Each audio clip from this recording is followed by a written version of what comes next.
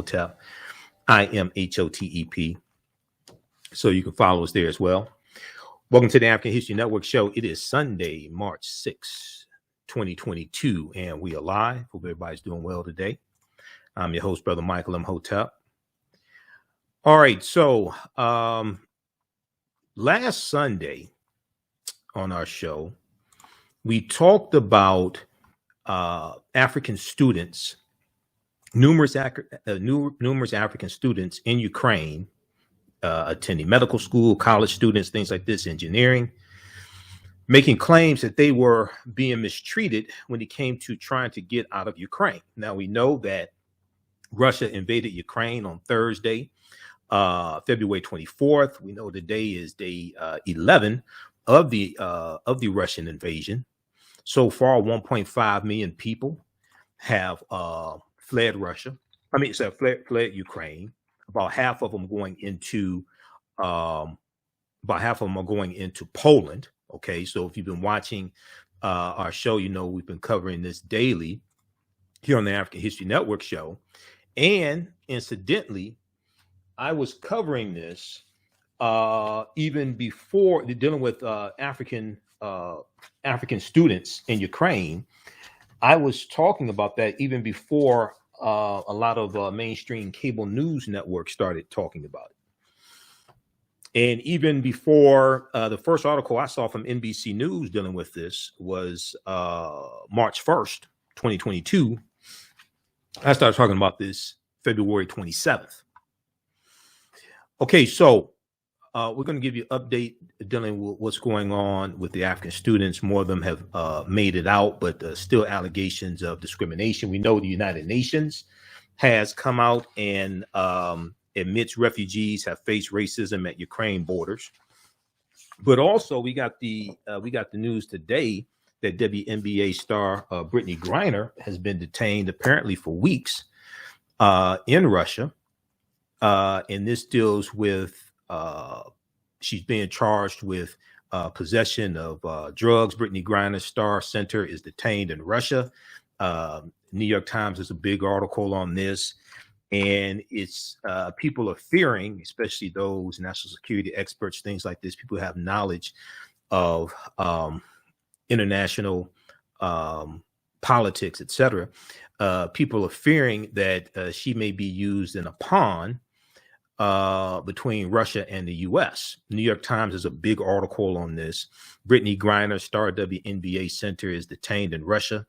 Russian customs officials said a U.S. basketball player had vape cartridges containing hashish oil in her luggage. A Russian news agency identified the player as Brittney Griner. Okay. And she plays in Russia. She plays for the Phoenix Mercury. For the WNBA, but she also plays for an international team in Russia as well. So we'll talk a little bit about this, give you an update on what's going on. First story I saw about this was from I think it was the New York Post. We posted it on our Facebook fan page, The African History Network, The African History Network. We posted an article there, but New York Times has an extensive article dealing with this as well. So I was looking at this article here from New York Times, and then I saw one from businessinsider.com. And the one from, so when I first saw the story dealing with Brittney Griner, the first thing that came to mind, and I found out she was playing for a league in Russia. Okay. And the first thing that came to mind is, wait a second. Why would a two-time Olympic gold medalist and why would a WNBA superstar like Brittney Griner, why would she be playing for a team in Russia? I said it must be because she does not make nearly as much money as NBA superstars, as male superstars make. Okay. So that was the first thing that came to mind when I saw that story. So then there was a article from businessinsider.com. Okay. I saw an article from businessinsider.com that echoed what I was immediately thinking. So this piece is called "How Low WNBA Salaries Led to an American Basketball Superstar's Detainment in Russia." All right, this is an article from BusinessInsider.com. We'll talk a little bit about this as well. How low WNBA salaries led to an American basketball superstar's detainment. This is from March 5th, 2022. Okay. And one of the things it says here is American basketball star Brittney Griner has been detained in Russia and faces drug smuggling charges. The Olympic gold medalist spends her WNBA off seasons competing for Russian club UMMC Ekaterinburg. Brittney Griner and other women's basketball stars command much higher salaries overseas than in the U.S. Brittney Griner and other women's basketball stars, WNBA stars, get paid more money playing overseas than playing in the U.S. Okay, so we'll discuss that a little bit as well. But when I first heard the story, I said that's the first thing I thought, because there's been a lot of conversation and controversy over, even though we know that with the NBA, the viewership is much higher. But it's like, wait a second, why are these women making such little money playing in the WNBA? So we'll talk about that. Then there's been an outpouring of support for African students who are trying to flee Ukraine. Okay. There's a story from Atlanta, from face-to-faceafrica.com that we posted on our Facebook fan page, the African History Network. It deals with Black women raise $60,000 to help Black students flee Ukraine after report of mistreatment. Okay, so you have that story. We know some of the African students have been able to make it to safety. Some of them are going to Hungary and Romania. All right, some are going to Hungary and Romania. And then there was a story that I saw from March 4th, where a group of Black attorneys filed a United Nations complaint for African refugees. A group of African attorneys filed a United Nations complaint for African refugees. Okay, so, and of course, in that group is Benjamin Crump, who is all over the place doing a lot of good work. And he's doing more work than the people that criticize him, I'll tell you that. The group of lawyers so NBC News has a story on this. The group of lawyers, which includes Ben Crump, will send the complaint to two agencies with the United Nations.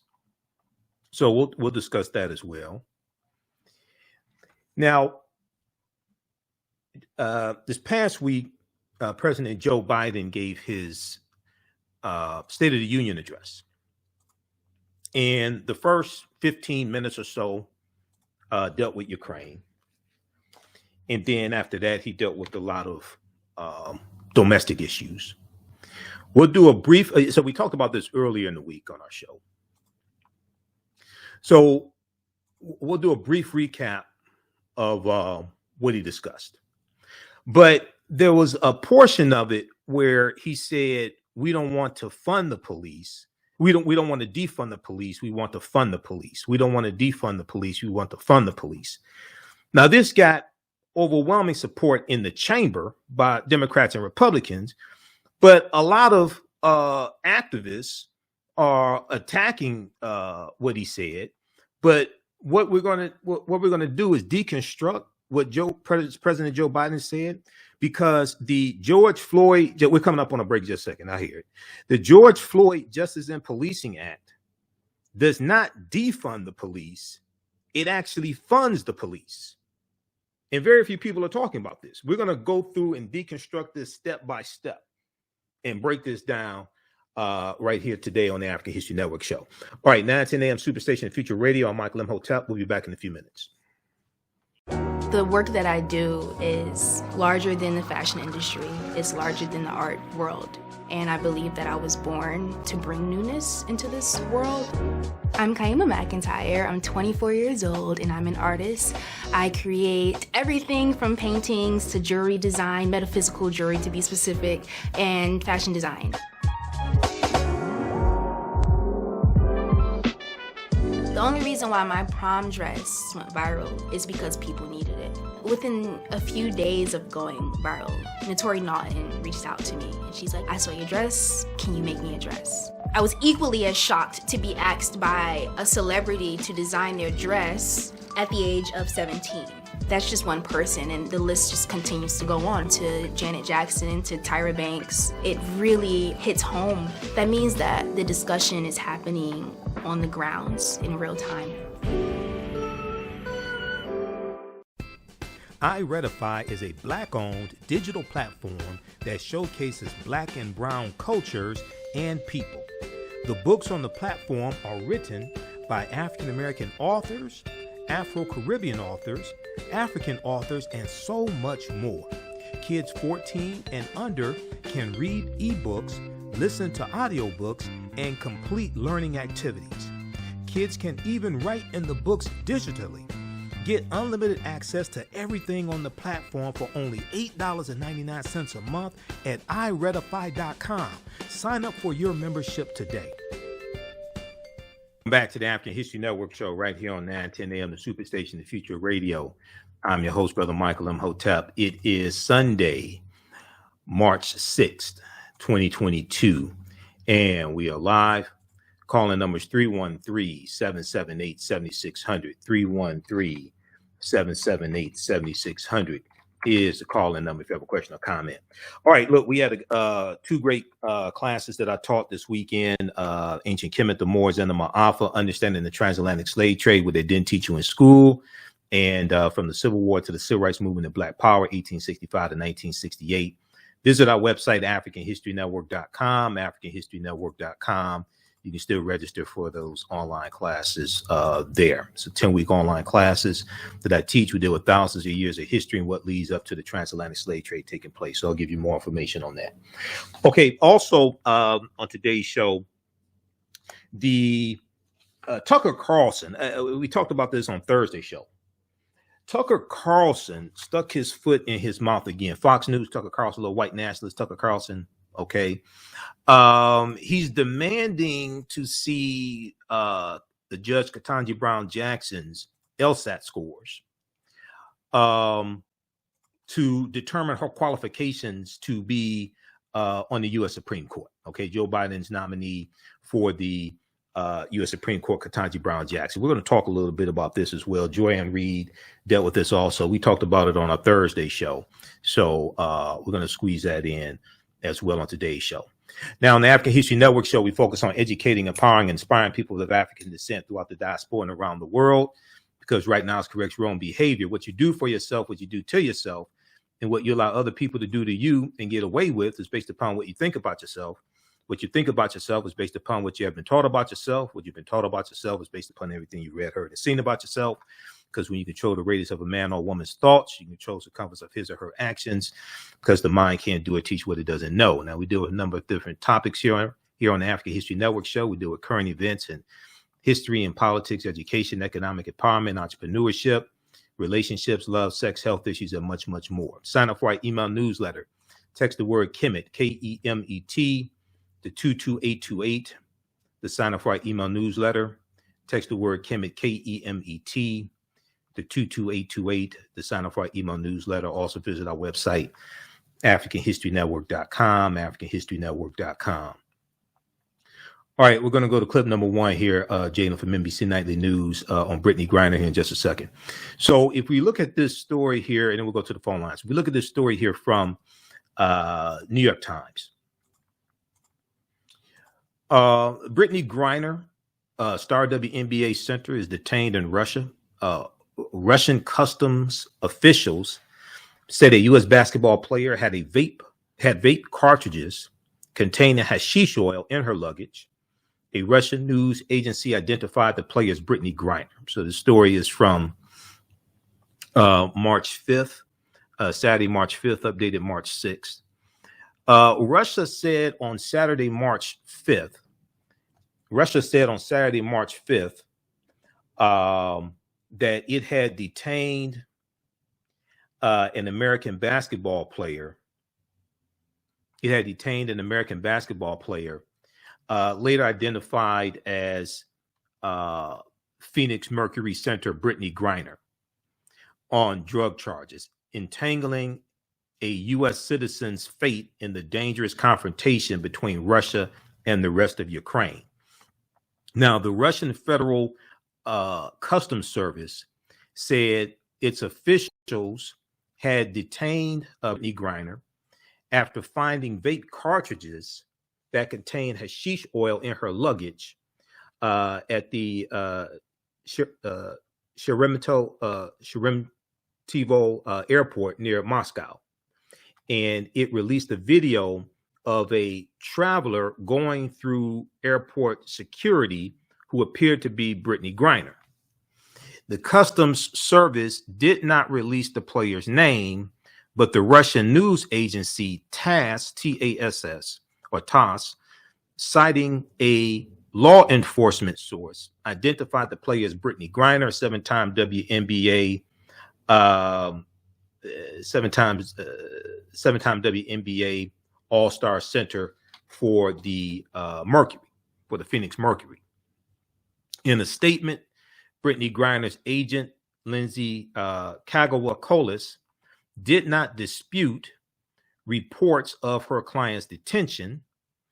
Quote, "We are aware of the situation with Brittney Griner in Russia and are in close contact with her legal representation in Russia, her family, her teams, and the WNBA and NBA," she said. Now, in hearing this story on Saturday and reading about it from the New York Post, because that was the first story I saw about this, they said that her last post on Instagram was on February 5th. Her last post on Instagram was on February 5th. So it's suspected that she's been in custody for a few weeks. Okay. Now, and let me see, we're going to get that clip to you, Jalen. So it's suspected that she's been in custody for a few weeks here. All right. Let's go back to this. I want to go back to the article from the New York Times. Now, Brittney Griner's detention comes at the most dangerous moment in U.S.-Russia relations since the Cuban Missile Crisis, as the Biden administration leads dozens of nations in imposing crushing sanctions on Russia's economy and its political elites. So the sanctions are tightening up day by day on Russia and the Russian oligarchs. We see Visa and MasterCard are going to stop doing transactions in Russia. We see American Express is going to do the same thing. We see Netflix is going to stop streaming in Russia. We see day after day after day more and more crushing sanctions put on Russia. President Vladimir Putin of Russia said on Saturday that the sanctions were, quote, akin to declaration of war, end quote, against his country. Well, you the one that went into Ukraine. You should have kept your thug behind in Russia. You're the one that went to Ukraine. You the one that sent troops into Ukraine. Now, also on Saturday, the State Department, which for weeks had warned Americans against traveling to Russia, released an updated advisory urging U.S. citizens to leave Russia immediately. Okay, so this is escalating. This is escalated since our show last Thursday. I mean, last Sunday. This is escalated since our February 27th show, Sunday, February 27th. On Saturday, March 5th, the U.S. State Department, which for weeks had warned Americans against traveling to Russia, released an updated advisory urging U.S. citizens to leave the country immediately, citing the invasion in Ukraine, the quote, potential for harassment against U.S. citizens by Russian government security officials, and the limited ability of the U.S. Embassy in Moscow to assist American citizens in the country. Now, Michael McFaul, a former U.S. ambassador to Moscow, who you'll see is an analyst on MSNBC, and he's pretty much on MSNBC every day now with this invasion taking place. Michael McFaul said, I obviously don't know the circumstances of her detention, but Griner's arrest should serve as a wake-up call to all Americans in Russia. Griner's arrest should serve as a wake-up call to all Americans in Russia. Get out, shut down your businesses now. And he's been to Russia many times. Now, the video released by Russia's Customs Service showed a traveler passing through security screening, followed by footage of someone examining a package that appeared to be from the traveler's bag. It was like a screener examining a package that appeared to be from her bag. The screening at the airport occurred in February, according to the Customs Service, raising the possibility that Brittney Griner, who's 31 years old, has been in custody for at least several days. Now, the Customs Service could be a few weeks, because the last post on our Instagram page is February 5th. The Customs Service said that a criminal case had been opened into the large-scale transportation of drugs, which can carry a sentence of up to 10 years in prison in Russia. Hashish oil or hash oil is a marijuana concentrate that has a high concentration of the plant's main psychoactive ingredient, THC. It can be consumed in many ways, but it is commonly sold in cartridges that are used in vape pens. Okay. Now, if this is hers, she may vape. A lot of people vape. I don't smoke cigarettes, don't smoke marijuana, don't drink alcohol, don't do any of that. But I don't think she was drug trafficking. I don't think she's like Frank Lucas, like smuggling drugs into the U.S. We'll continue this on the other side of the break. We'll also go to the phone lines, and then I'm going to deconstruct Joe Biden's State of the Union address and his statement where he said, we don't want to defund the police. We want to fund the police. And a lot of the woke activists are going crazy. But you do realize the George Floyd Justice and Policing Act doesn't defund the police. It actually funds the police. You do realize that. That's not me saying that. Senator Cory Booker, who helped write the bill, said that. Listen to the African History Network show. I'm Michael Imhotep. We'll be back in a few minutes. The Business Scaling Challenge is a 7-day online event that is taking place the week of March 13th through March 19th, 2022. This challenge will guide a group of business owners through scaling their businesses. Business owner Ronnie Sumler is hosting the Business Scaling Challenge in remembrance and honor of her father, the late civil rights activist Rodney Sumler. He helped a lot of African-American owned businesses and local community leaders participate in politics. However, when he passed away, all of his ventures died with him. This inspired his daughter, Ronnie Sumler, to help community business owners preserve their businesses. Her business, Digital Dandelions, offers business Bibles to record business processes and procedures. Their business Bibles are their branded run-of-show business manuals that have everything you need to run your business in one place.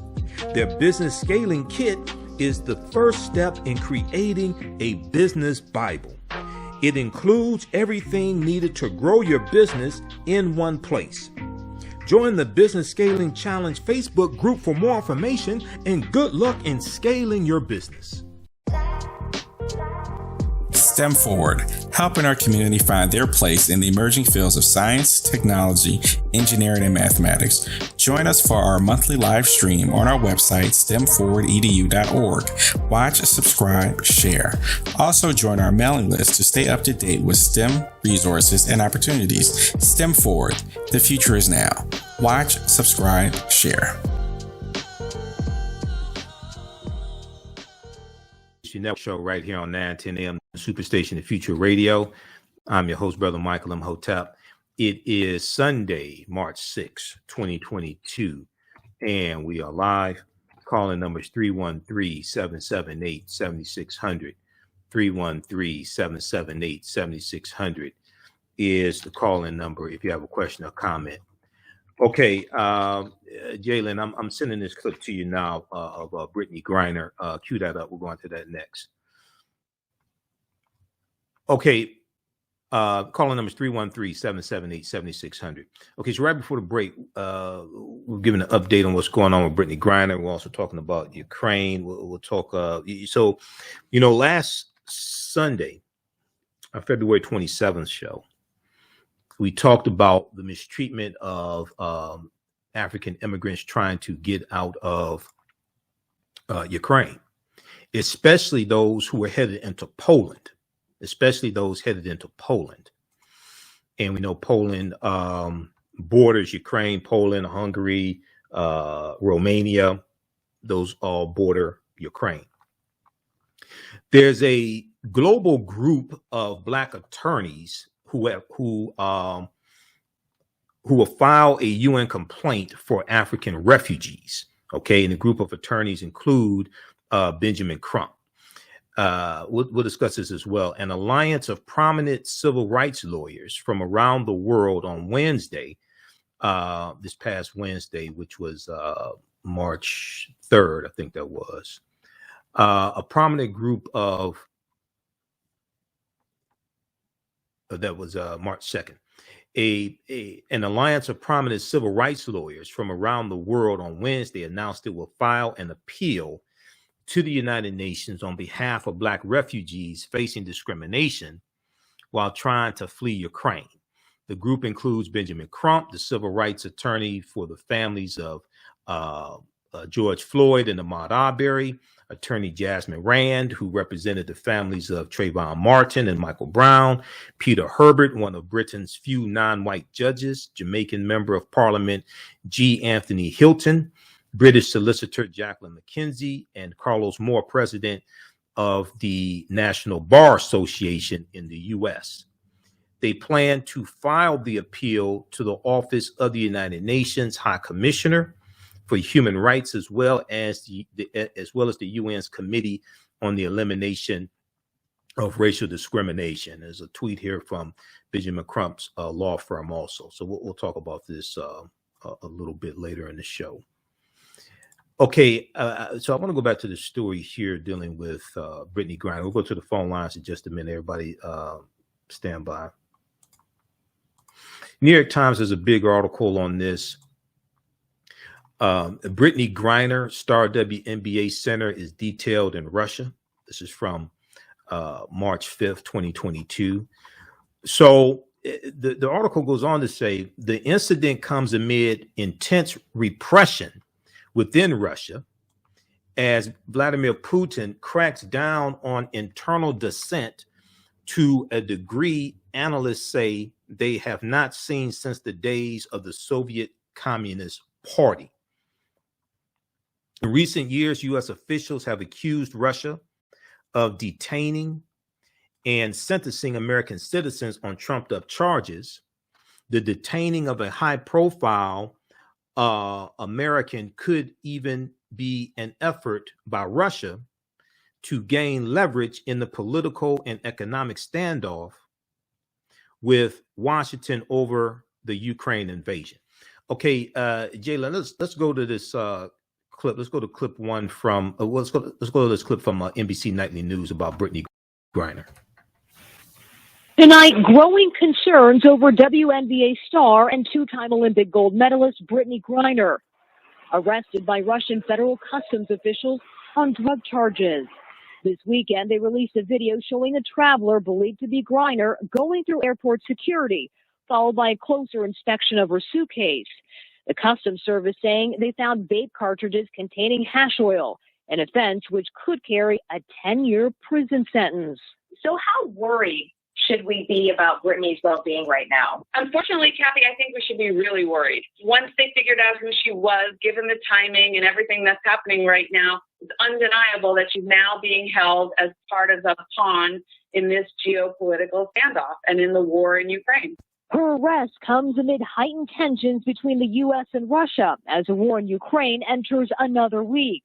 Secretary of State Antony Blinken, when asked about Griner, said, "Whenever an American is detained anywhere in the world, we, of course, stand ready to provide every possible assistance, and that includes in Russia." The 31-year-old center with the Phoenix Mercury has played in Russia during the last 7 years during the NBA offseason. Her team tweeting, "Our main concern is her safety, physical and mental health."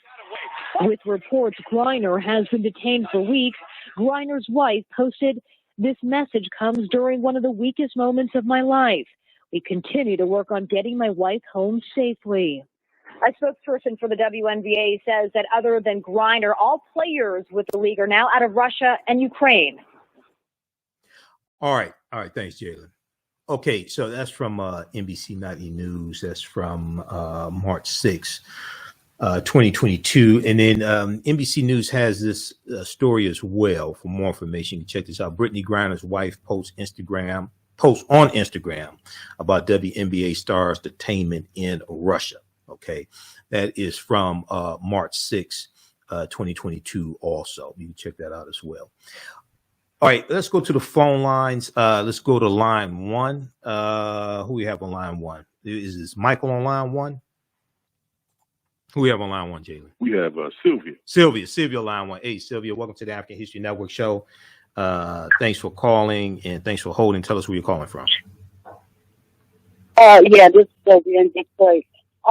My issue is who travels with cannabis, knowing that there are checkpoints, and especially going to another country with cannabis, which federally is still not so freely, legal. Well, they were vaping cartridges. Sylvia, you'd be surprised who travels. You'd be surprised who travels and gets caught. But these were vaping cartridges that had hashish oil in them. You'd be surprised who travels and gets caught. That's what's so crazy when you know you got checkpoints. And also with the students, why did the students choose to go there? Was there scholarships and affordability of something that lured them over there? Well, a lot of students go there for the educational opportunities. They have good educational opportunities in Ukraine at affordable costs. There was there was a story that we dealt with earlier in the week that talked about that as well. We'll go to that shortly. I'll pull that story back up. But it talked about the educational opportunities there. Okay. All right. That is all I had to ask you because I thought it was so crazy, and I was just wondering how they were luring the rest of the people over there. But you said, there was there's students from there's students from India. There's students from Morocco. They're Middle Eastern students who go to Ukraine for education. There was a story from the BBC that dealt with why they go to Ukraine. Okay. All right. Okay. All right. I'll keep listening. Question. Thank you for taking my call. Okay. Thanks for calling. All right. Let's go to line two, Jaylen. We have who we have on line two? Is that Larry? Well, we lost Larry. Okay, Larry, call back. Sometimes it's a little wait to get in. Call back, Larry. Anybody else on the line, Jalen? No callers. Okay, call-in number is 313-778-7600. 313-778-7600 is the call-in number if you have a question or comment. All right. So there was a story from businessinsider.com, because the first thing that I thought about was when I heard about Brittney Griner, I said, well, why would she's a top WNBA star. I said, she must be playing in Russia. She must be playing for a Russian league in the offseason. Keep in mind, she's doing this in the offseason, the WNBA offseason. She's playing in a foreign league. I mean, the offseason, you should take off, let your body rest. I said, she must be doing this to make money.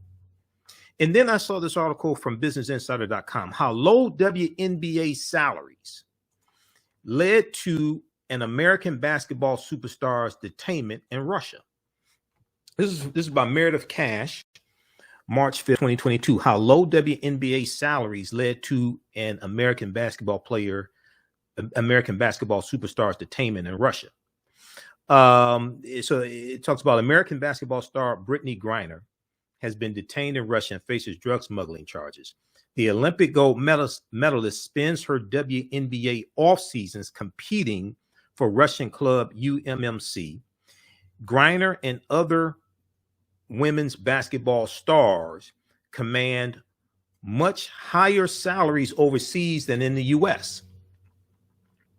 Seven-time WNBA All-Star and two-time Olympic gold medalist Brittney Griner was arrested at a Moscow airport in February for possession of vape cartridges filled with cannabis oil, hashish oil.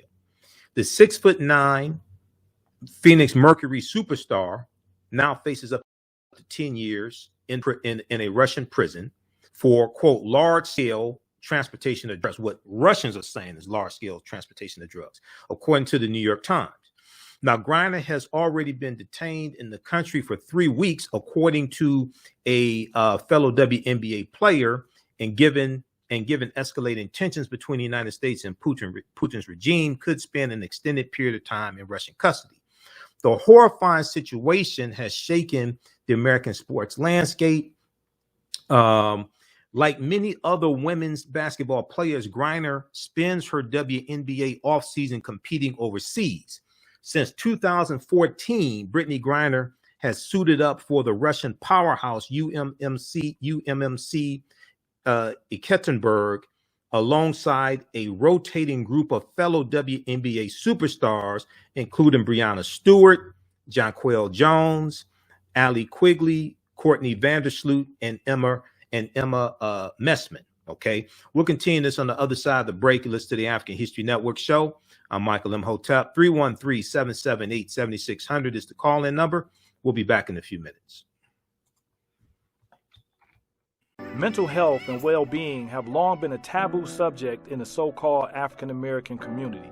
So I enlisted the help of mental health experts, thought leaders, and activists to help kill the ghost of Willie Lynch and heal from post-traumatic slave syndrome.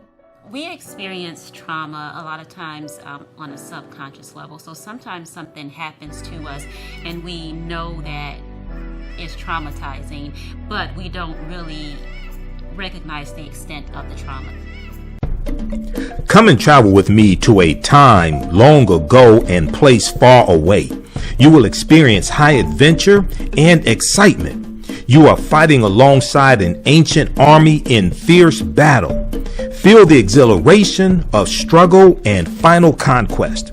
My name is Menenkere, and I am both a prince and a priest in one of the most advanced civilizations humans have ever produced. I want you to ride with me in my chariot as I slay the barbarians who have come to invade my land. I invite you to sit at the conference table with the great Pharaoh Taharka and his ministers as they plan intrigue and use subterfuge to outmaneuver and defeat the enemy. Come back with me to the land of your ancestors, to the beautiful land of Kemet. So open the pages of this book and begin the adventure. Find out what happens in the book Menenkhare Battles the Assyrians in the Nile Valley from author Makari Jones. Get your copy today at Amazon.com. Right here on 910 AM Superstation Future Radio. I'm your host, Brother Michael Imhotep. It is Sunday, March 6th, 2022, and we are live. All right, Jalen, I'm about to send you this other clip here dealing with Ukraine, because we're gonna go to that also. We're gonna go back to I want to go back to this article dealing with I want to go back to this article dealing from BusinessInsider.com, dealing with the low pay of WNBA players. Okay, dealing with the low pay of WNBA players. All right, cue that clip. I just sent you a clip from NBC News dealing with Ukraine, Jalen. So cue that up, please. All right, so as I said before the break, when I first heard this story about Brittney Griner playing for a team in Russia during the WNBA offseason, first thing I thought is, okay, because of the low pay in the WNBA, she's doing this to make money. All of these players, so this piece said that like many other women's basketball players, Brittney Griner spends her WNBA offseason competing overseas. Since 2014, she's played for the Russian powerhouse UMMC, along with other WNBA superstars. Now, all of these players command significantly higher salaries abroad, overseas, than they can possibly earn in the U.S. This year, Brittney Griner is set to take home a league maximum of $227,900 annual salary from the Phoenix Mercury. But only in recent years has her payday climbed into the six-figure range, playing in the WNBA. I mean, how much the amount of money they get paid in the WNBA is criminally low. Okay, she's in the WNBA. Okay, she makes a league maximum of $227,900.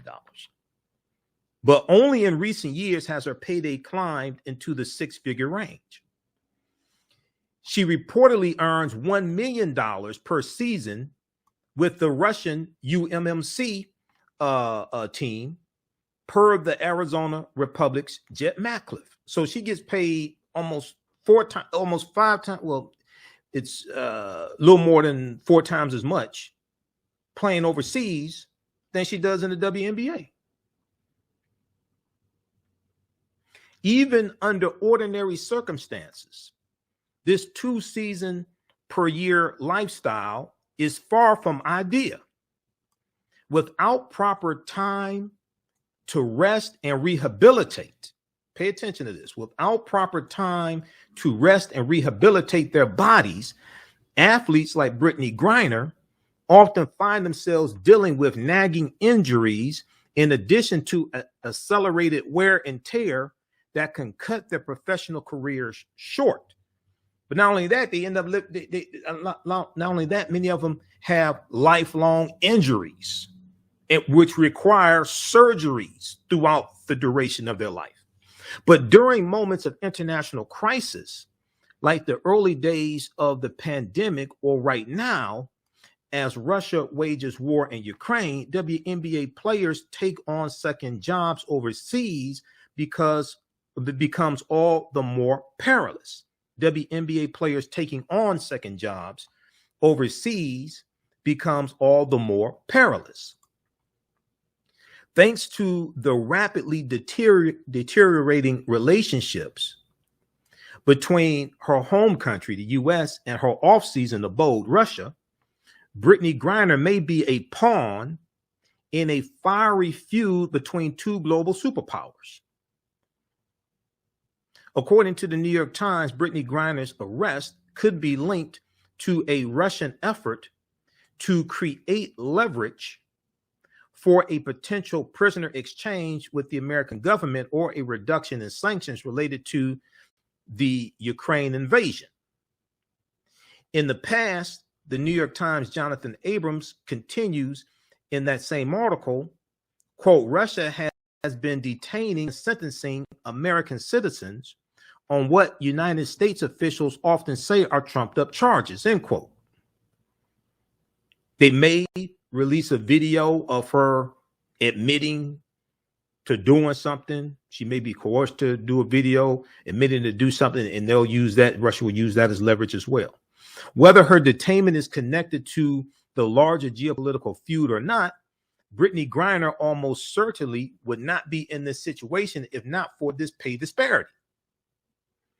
Had she made even a fraction of what her NBA counterparts do playing domestically, Brittney Griner could have stayed in the United States for the offseason without fear that she would not have enough money for retirement. She could have rested her 6'9" frame ahead of this summer's WNBA season as her reloaded Phoenix Mercury squad sets its sights on a second straight WNBA finals appearance, and she could have spent time back home with friends and loved ones. Most importantly, had she been offered an opportunity to make $1 million in America instead of Russia, Brittney Griner could have avoided jail time under a hostile foreign power. Read this article here from BusinessInsider.com. Because I've seen, number one, I remember when the WNBA started, okay? And over the years, I've seen numerous stories that have talked about the extremely low pay that these professional stars make, even after they go to the Olympics and represent their country in the Olympics and win gold, go for the gold, win gold, all this stuff. And they get extremely low pay in the WNBA. Okay, read this from BusinessInsider.com. All right, now, when Sylvia called in, Sylvia asked the question about why do they go to the Ukraine or go to Ukraine for education. So we talked about this earlier in the week. BBC had a good article on this. Why so many African and Indian students were in the country, in Ukraine? Why so many African and Indian students were in Ukraine? We'll deal with this on the other side of the break. I'll let you hear what happened when I was on Roland Martin Unfiltered Friday. Dan Abrams of News Nation had Roland on and misrepresented a tweet from Roland dealing with firing police officers. I brought up Joe Biden's State of the Union address when he said we don't want to defund the police, we want to fund the police. And I referenced this back to Joe Biden's June 2020 op-ed article for USA Today, where he said the same thing when he was running on the presidential campaign trail. But also the George Floyd Justice and Policing Act does not defund the police. It actually funds the police if you know what it does, but it does it in a good way. I'm going to deconstruct this on the other side of the break. Listen to the African History Network show. I'm Michael Imhotep. We'll be back in a few minutes. Follow the story Skeeter Hawk as attorney Ben Brooks rediscovers his Gullah Geechee heritage and finds romance along the Gullah Trail and the Sea Islands. Jilted by his fiancée who refused to marry him, Ben Brooks goes back home to Gullah country. There, the Gullah people come to call him Skeeter Hawk. While rediscovering his heritage, Skeeter Hawk unravels dark family secrets. A beautiful childhood friend, Fulla, becomes his guide as they travel the Gullah Trail from North Carolina to the Sea Islands in South Carolina in search of more answers.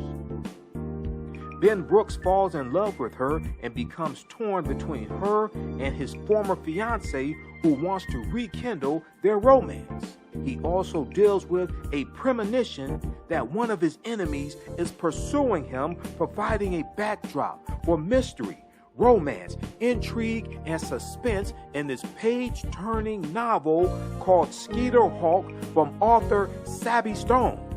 Order your copy today at sabbystone.com. That's S-A-B-Y, sabbystone.com. Mental health and well-being have long been a taboo subject in the so-called African American community. So I enlisted the help of mental health experts, thought leaders, and activists to help kill the ghost of Willie Lynch and heal from post-traumatic slave syndrome. We experience trauma a lot of times on a subconscious level. So sometimes something happens to us and we know that it's traumatizing, but we don't really recognize the extent of the trauma. Okay, next class is Saturday, March 12th. Visit our website, AfricanHistoryNetwork.com. AfricanHistoryNetwork.com. Class is on sale $60, regularly $130. And even after the course is over, if you have full access, you can watch the class as much as you want to. Even a year from now, you can watch the class. We have a bundle pack where you get both classes that I teach, both courses, on sale for $100, regularly $130. I'm sorry, regularly $260.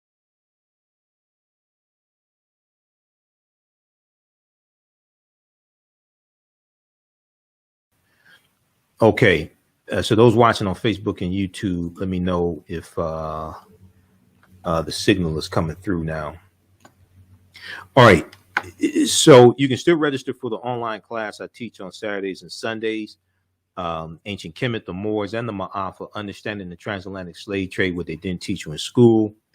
Visit our website, AfricanHistoryNetwork.com, AfricanHistoryNetwork.com. I deal with thousands of years of history and what leads up to the transatlantic slave trade taking place. I do a PowerPoint presentation. We have book references, articles, video clips, all that and more. This is a 10-week online class, and the class is regularly $130. It's on sale $60. Okay. If you've taken any of my online classes in the past, email me at AHNshow@AfricanHistoryNetwork.com. AHNshow@AfricanHistoryNetwork.com. You get a 50% discount on the classes. And we have a bundle pack where you can register for both classes that I teach for $100. That's a $260 value. The second class that I teach is on Sundays, 2 p.m. to 4 p.m. Eastern Standard Time, from the Civil War to the Civil Rights Movement and Black Power, 1865 to 1968. So we deal with the history from that period of time, from the beginning of the Civil War and even what leads up to the Civil War taking place. So we start with the Louisiana Purchase of 1803. We start with the Louisiana Purchase of 1803 and go through our history through 1968. And that one's on sale $60 also, regularly $130. Okay, so visit our website, AfricanHistoryNetwork.com, and also email me at AHNshow@AfricanHistoryNetwork.com. All right, we'll see you in class. We'll see you. And also, as soon as you register, you can watch the classes we just did this weekend. You can watch last week's class also. All right. Okay, I want to go back to the story here. So the question was asked, why were so many African students in Ukraine for educational purposes? So if we look at this story here from the BBC, we talked about this earlier in the week. If we look at the story from the BBC, Ukraine, why so many African and Indian students were in the country. It talks about the Russian invasion of Ukraine has caused a mass exodus of civilians, including thousands of international students from Africa, Asia, and the Middle East. Ukraine was home to over 76,000 foreign students, according to government data from 2020. Ukraine was home to over 76,000 foreign students, according to government data from 2020. Nearly a quarter of the students were from Africa, with the largest numbers coming from Nigeria, Morocco, and Egypt. India easily accounts for the highest portion, with over 20,000 students, okay, in Ukraine. Now, the students are studying medicine, engineering, and business, and are important. And these are an important part of the country's economy. But as Russia launches the biggest European invasion since the Second World War, thousands of them have fled, hundreds are still trapped, and many remain uncertain about the fate of their education. Okay. So read the rest of this article here. Now, I want to go to this clip here. We're going to go to this clip that I just sent you, Jalen. And this is from NBC News. This is, as long as you are black, no one likes you. Students allege racism during escape from Ukraine. This is from March 2nd, 2022. Let's go to this clip, Jalen. Tonight in Ukraine, peace never had a chance. Overnight, Russians and Ukrainians agreeing to a partial ceasefire, allowing civilians in the devastated city of Mariupol to flee. But just hours later, while we were preparing to leave, the Russians started shelling the evacuation corridor, said the mayor. There was no ceasefire. Russia said it was the Ukrainians who broke the deal. Ukrainian President Zelensky calling its citizens to go on the offensive. This woman's 18-month-old son was killed yesterday. The doctors couldn't save him, she wailed, asking over and over again, why? People in this town have suffered days without heat, water, and electricity, and face devastating Russian bombardment on civilian targets, according to Ukraine, a charge Russia denies. Outgunned and outmanned, the Ukrainians are still fighting 10 days into Russia's invasion, taking down a Russian helicopter and shooting down a Russian jet north of Kyiv, killing one of its pilots. Russia's sprawling 40-mile convoy of armored vehicles failing to advance, still stalled outside Kyiv for nearly a week, as civilians in the capital overcome obstacles like this destroyed bridge to get to safety. Zelensky admonishing NATO for not implementing a flight ban. Starting from today, everyone who dies will die because of you as well, he said, because of your weakness, because of your disunity. U.S. Secretary of State Antony Blinken warning a no-fly zone could put NATO forces in direct conflict with Russia. But Russia's president is doubling down, telling flight attendants of the state airline that a no-fly zone and Western sanctions are a declaration of war. Any move in that direction will be considered by us as participation of that country in the military action, he said. Ukraine must be demilitarized and denazified, he said. That's the only message most Russians will hear about Putin's war. A harsh new media law comes into effect today, imposing a 15-year punishment on whoever spreads so-called fake news about the invasion.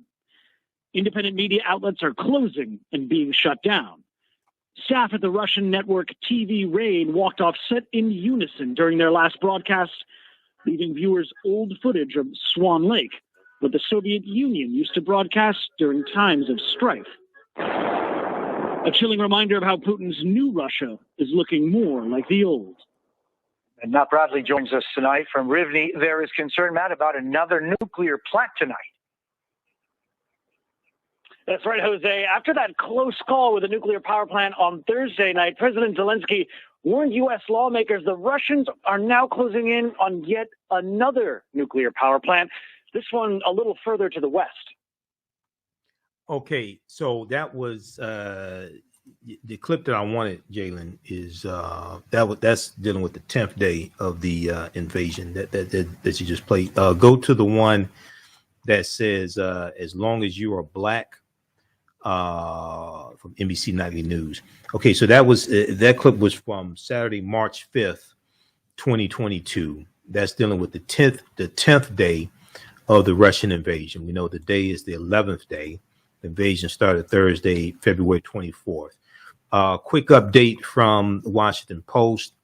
Live updates from the Washington Post. Civilian toll mounts in Ukraine as world leaders raise question of war crimes. U.S. discusses oil exports with Venezuela amid a proposal to ban Russian fuel. 2 Ukrainian children killed in front of my own eyes while trying to evacuate, officials say.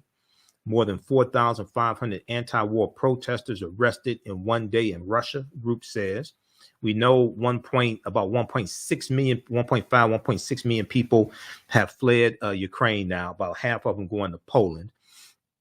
U.S. officials have seen credible reports of intentional Russian attacks on civilians and are documenting actions that could constitute a war crime, U.S. Secretary of State Anthony Blinken said Sunday. Quote, we've seen very credible reports of deliberate attacks on civilians, which would constitute a war crime, Blinken said on CNN's State of the Union. We've seen very credible reports about the use of certain weapons. About the use of certain weapons. Now, a total of 364 civilians have been killed and 759 injured since fighting began on February 24th, according to the United Nations Human Rights Office.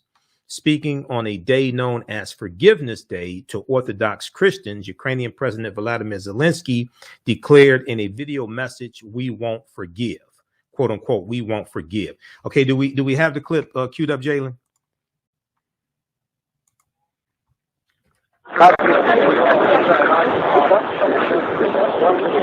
Mostly they would consider white people first, Indian people, Arabic people, before black people. As long as you're black, no one likes you. I remember they punched a certain black guy, a policeman in Ukraine, punched a certain black guy for nothing. He was shocked for nothing. Yes. So like I said earlier on, they consider white people before considering black people. Yes. And after that, we went to the train station, and they will not let us in. And when they did let us in, they were like, "You have to give us money because this is not for free for you because you're foreign. This is not free for you. You have to pay for it." Maybe it's safe for war. Maybe people start feeling stressed. They want their people to get first. Of course, everyone wants the people to be saved, so they had to express that in a way. So I understand that, but at the same time, you should at least, say it in a nice way. In Ukraine, there is some kind of this battles. There are so many people there, and the police don't let. They do like kind of racism against foreigners. They let Ukrainian people cross first, and then they let us cross. But I don't speak in general. There is some few cases that do that.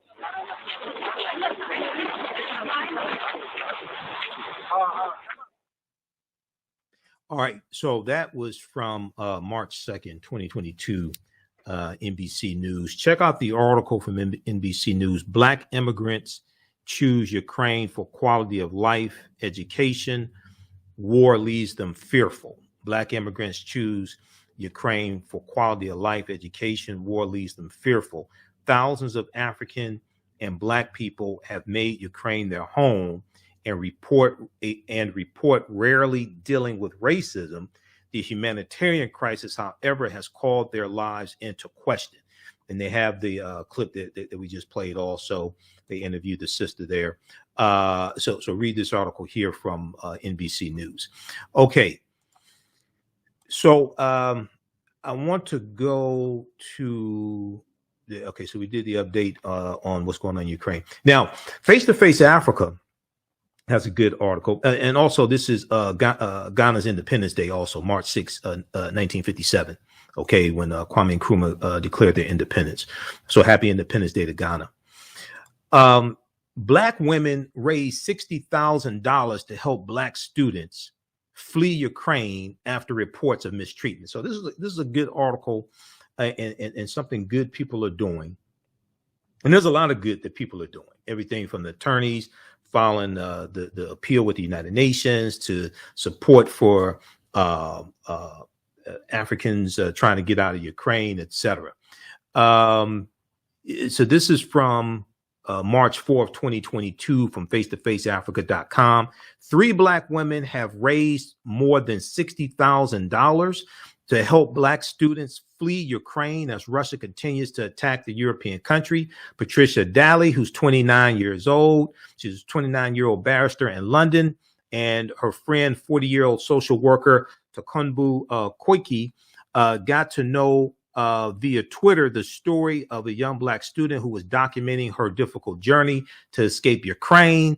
The young woman, Corinne Sky, who we've talked about here on the show before, was studying in the eastern city of Dnipro in Russia when invaded by Ukraine February 24th, according to Sky News. Daly and Koiki later contacted Corinne Sky, who has since fled to Romania. The three women started a campaign to help other Black students leave Ukraine amid the chaos.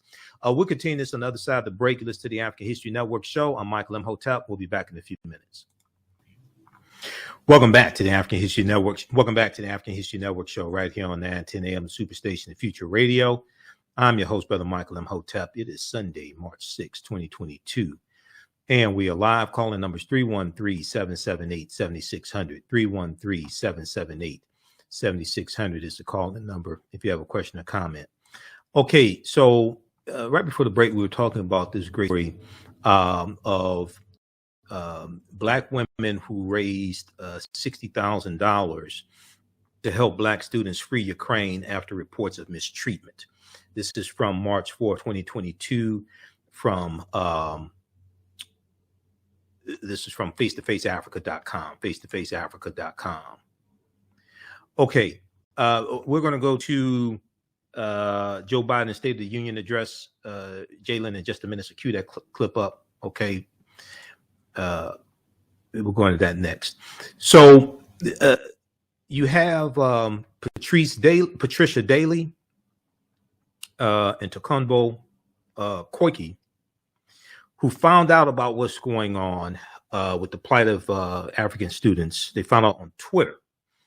And they found out about Corinne Sky, 26 years old, who's fleeing Ukraine. We talked about Corinne here on the show. Corinne safely made it to Romania. The three women started a campaign to help other Black students leave Ukraine amid the chaos. So the women told Sky News that they had helped more than 500 Black students to flee Ukraine through, quote, funding transport costs like arranging taxis and other emergency needs. Funding transport costs like arranging taxis and other emergency needs. What has been worrying since last week is the number of African students stranded in Ukraine. Apart from many Africans traveling to Ukraine to work, there are those who go there to study thanks to the European country's affordable tuition fees and its ties with Africa. Currently, Morocco, Nigeria, and Egypt are the African countries with the most students in Ukraine, with Morocco having about 8,000 students and Nigeria with 4,000 students. Okay. Now, many have since been concerned about their safety. This week, African students and families trapped in Ukraine said they were blocked from boarding trains or crossing borders to neighboring countries. Nigerian students and other Africans in Ukraine spoke on Twitter about their plight while creating chats on Telegram and WhatsApp, the WhatsApp app, where they shared videos that appear to show Africans being blocked from fleeing the country. Okay, so check out the rest of this article here. There's a great story of what they're doing. Black women raised $60,000 to help Black students flee Ukraine after reports of mistreatment. This is by Mildred Europa Taylor, March 4th, 2022 for face-to-faceafrica.com. All right. So this past week, Joe Biden did his State of the Union address. And a good portion of it in the beginning was dealing with Ukraine, okay? And then he dealt with domestic issues, okay? And this was on Tuesday, Okay. I think that was Tuesday, March 1st. So, and also NBC News has a good article to read, 5 takeaways from Biden's State of the Union speech. Washington Post has a story as well dealing with this as well. Takeaways from Biden's State of the Union address also. You can check that out as well. I want to go to this recap of what Biden talked about. And there's a piece here. So a lot of people are talking about Biden saying, we don't want to defund the police. We want to fund the police. And there's controversy behind that. And a lot of activists are complaining, Black Lives Matter activists, things like that. But that's what Biden was saying on the campaign trail. And many of these same people are advocating for the George Floyd Justice and Policing Act. But the George Floyd Justice and Policing Act does not defund the police. It actually funds the police, but it does it in a responsible way. Now, I talked about this a little bit on Roland Martin Unfiltered when I was on Friday, March 4th. But due to time constraints, I didn't get a chance to get deep into it like I want to. So we're going to deconstruct this here right now. Let's go to this clip, Jalen. My fellow Americans, last year, COVID-19 kept us apart. This year, we're finally together again. Tonight, 6 days ago, Russia's Vladimir Putin sought to shake the very foundations of the free world, thinking he could make it bend to his menacing ways. But he badly miscalculated. He thought he could roll into Ukraine and the world would roll over. Instead, he met with a wall of strength he never anticipated or imagined. He met the Ukrainian people.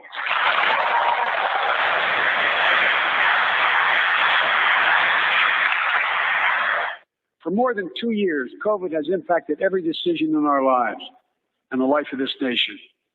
And I know you're tired, frustrated, and exhausted. That doesn't even count close to 1 million people who sit at a dining room table or a kitchen table and look at an empty chair. Let's use this moment to reset. So stop looking at COVID as a partisan dividing line. See it for what it is.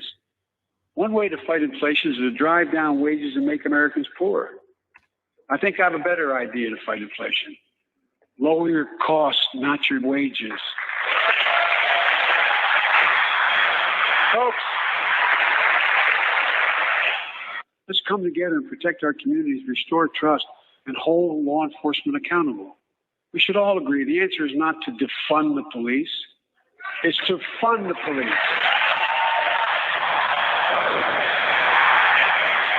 Fund it. In state after state, new laws have been passed. Not only to suppress the vote, we've been there before, but to subvert the entire election. We can't let this happen. Tonight I call on the Senate to pass the Freedom to Vote Act, pass the John Lewis Act, Voting Rights Act. So on this night, on our 245th year as a nation, I've come to report on the state of the nation, the State of the Union. And my report is this: the State of the Union is strong because you, the American people, are strong. We are stronger today than we were a year ago. And we'll be stronger a year from now than we are today. This is our moment to meet and overcome the challenges of our time. And we will, as one people, one America, the United States of America. God bless you all, and may God protect our troops. Thank you. Go get him.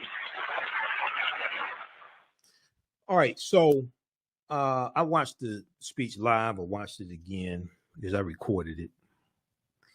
And I mean, he has made some good points in there. Check out the 5 takeaways from Biden's State of the Union address from NBC News. They talk about Ukraine. Biden aimed for unity and got it with few exceptions. Yeah, two dumbasses, Lauren Boebert and Marjorie Taylor Greene, who were heckling Joe Biden. Two idiots from the Republican Party. A COVID victory lap before a mostly maskless crowd, blaming inflation on corporate greed. Biden pushes anew for Build Back Better priorities without using the name. Just get the bill passed. Just get the bills passed. So it don't really matter what you call it. Just get the bills passed. Democracy versus autocracy, things like this. Ukraine took up a good portion, about first 15, 20 minutes or so was on Ukraine. All right. So a lot of people were complaining about him saying, we don't want to defund the police. We want to fund the police. I guess they forgot what Biden said on the campaign trail in June of 2020, the op-ed article that he wrote for USA Today. Now, we talked about this here on this show when it came out, because we actually did with like real substance on this show. So if you've been watching me for any time during the campaign, you know we talked about this.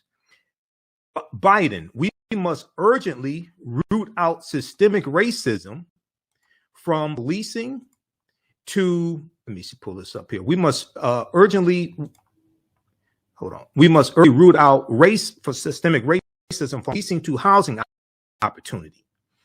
Federal dollars did not go to departments that violate people's rights or turn to violence as a resort, but I don't support defunding the police. Now, this came out June 10th, 2020, during the presidential campaign. Joe Biden wrote this. We talked about it here on this show. He's not for defunding the police.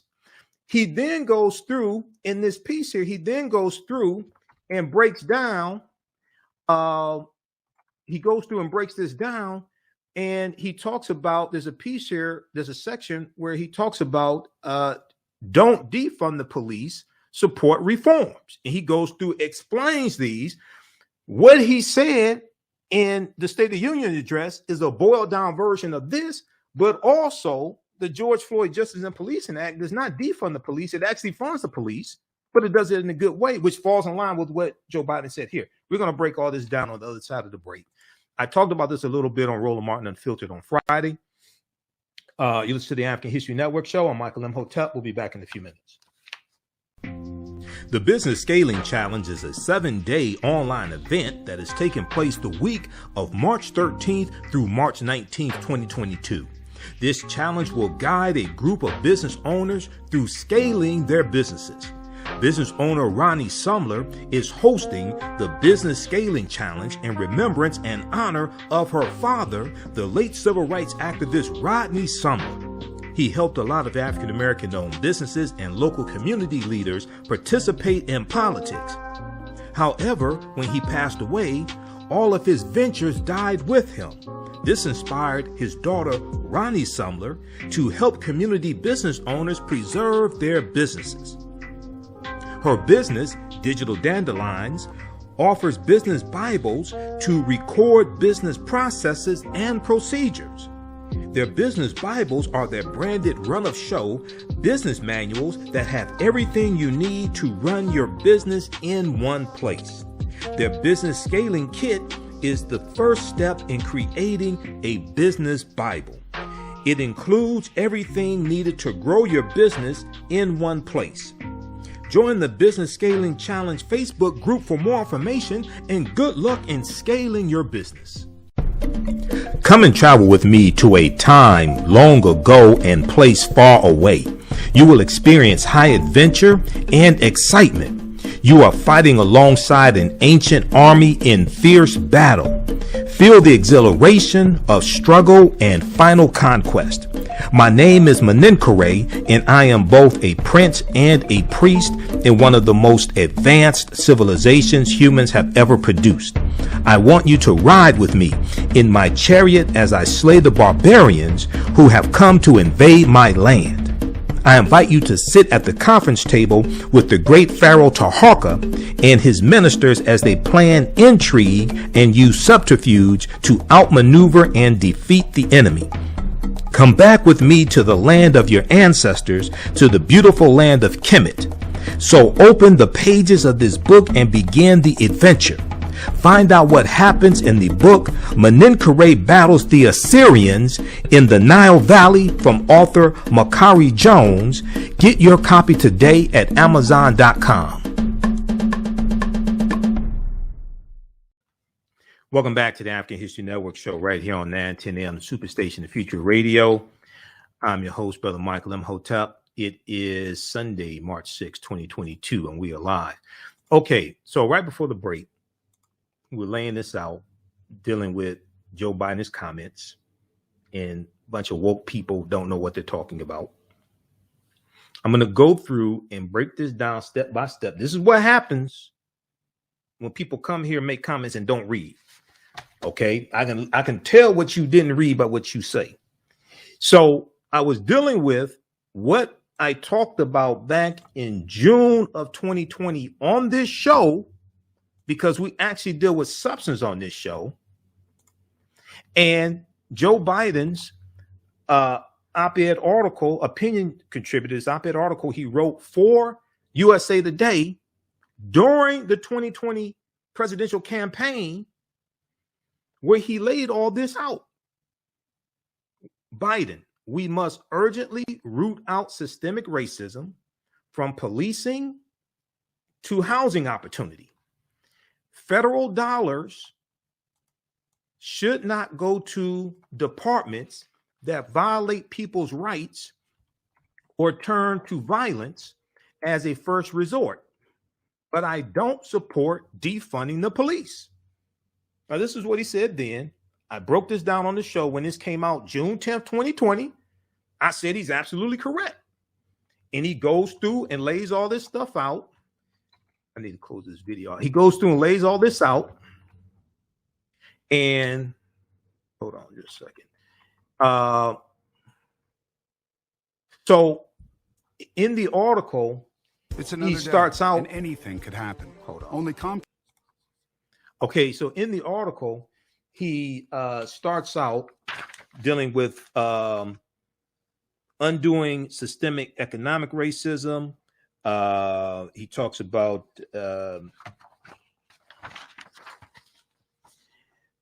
we should also be directing our resources to actively undo the negative effect of systemic racism has on opportunities for Black Americans. He talks about entrepreneurs being rejected for loans, all this stuff. He lays this out here with systemic racism. He then goes in and then starts laying out, don't defund police, support reforms. Okay. So I'm going to bring this back up again here because they had an ad plan and I'm trying to close this out here. All right. So let's try this again. I hate all these ads that pop up. All right. USA Today. We're going to go to the clip from Roland Martin Unfiltered here in just a second, Jalen.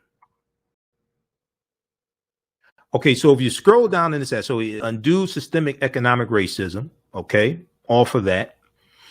And they have executive orders that address this. There's going to be more legislation as well. Then, okay, so they talk about this here. You scroll down. Don't defund police, support reforms. If state and local governments fail to make necessary changes, the Department of Justice must have subpoena power for pattern or practice investigations into systemic misconduct by police departments and force these departments to reform. Okay. And they do that through federal oversight. They do that. It's monitored by a federal judge. Okay. These patterns and practices into police departments. While I do not believe federal dollars should go to police departments violating people's rights or turning to violence as the first resort, I do not support defunding the police. The better answer is to give police departments the resources they need to implement meaningful reforms and to condition other federal dollars on completing those reforms. Okay, condition other federal dollars on completing those reforms. I've long been a firm believer in the power of community policing, getting cops out of their cruisers and building relationships with the people and the communities that are there to serve and protect. That's why I'm proposing an additional $300 million to reinvigorate community policing in our community. Every single police department should have the money it needs to institute real reforms, like adopting a national use of force standard, buying body cameras, and recruiting more diverse police officers. Okay, and we need to prevent 911 calls in scenarios where police should not be our first responders. We need to prevent 911 calls in scenarios where police should not be our first responders. That means making serious investments in mental health services, like he mentioned in the State of the Union address. That means making serious investments in mental health services, drug treatment and prevention programs, and services for people experiencing homelessness. That may also mean having social service providers respond to calls with police officers. Now, he laid this out June 10th, 2020, during the presidential campaign. All right. Read the rest of this here. Now, some people don't read. Biden, we must urgently root out systemic racism from policing to housing to opportunity. Okay, so we're going to the first clip from Roland Martin Unfiltered, Jalen. So Friday, I was on Roland Martin Unfiltered, Friday, March 4th. And we talked about Roland was on Dan Abrams' show on News Nation. I didn't even know Dan Abrams had a show on News Nation. Dan Abrams was he's the chief legal analyst for on ABC News, chief legal analyst on ABC News. And Dan Abrams misrepresented some tweets that Roland did about prosecuting police officers. And then we started talking about it. And I connected this to the statement Joe Biden made about we don't want to defund the police, we want to fund the police. Let's go to this clip, Jalen. Let's go to the first clip from Roland Martin Unfiltered. Start Network. So yesterday, my publicist hit me up saying, folks at News Nation, at a cable network started by Nexstar, used to be WGN America, they wanted me on the show to talk about President Joe Biden's comments. They say the union call dealing with fund the police. Sure, no problem. So we had a pre-show interview. It's called a pre-interview around 2 p.m. Eastern. The show, they said, hey, your hit time is going to be 9:25 a.m. Eastern. Okay, it's no problem. So again, I was told that the segment was supposed to be about this whole issue, the issue of defund the police and Biden's comments about fund the police. That's what I was told. So they sent a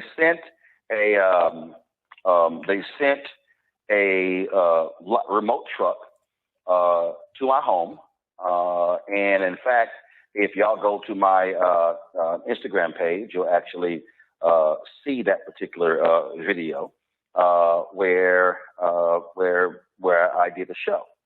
So fine, no sweat. That's what we did. So then, right before we go live, like right before, they said something to the effect of, "We're going to refer to you as being an ardent supporter of defund the police."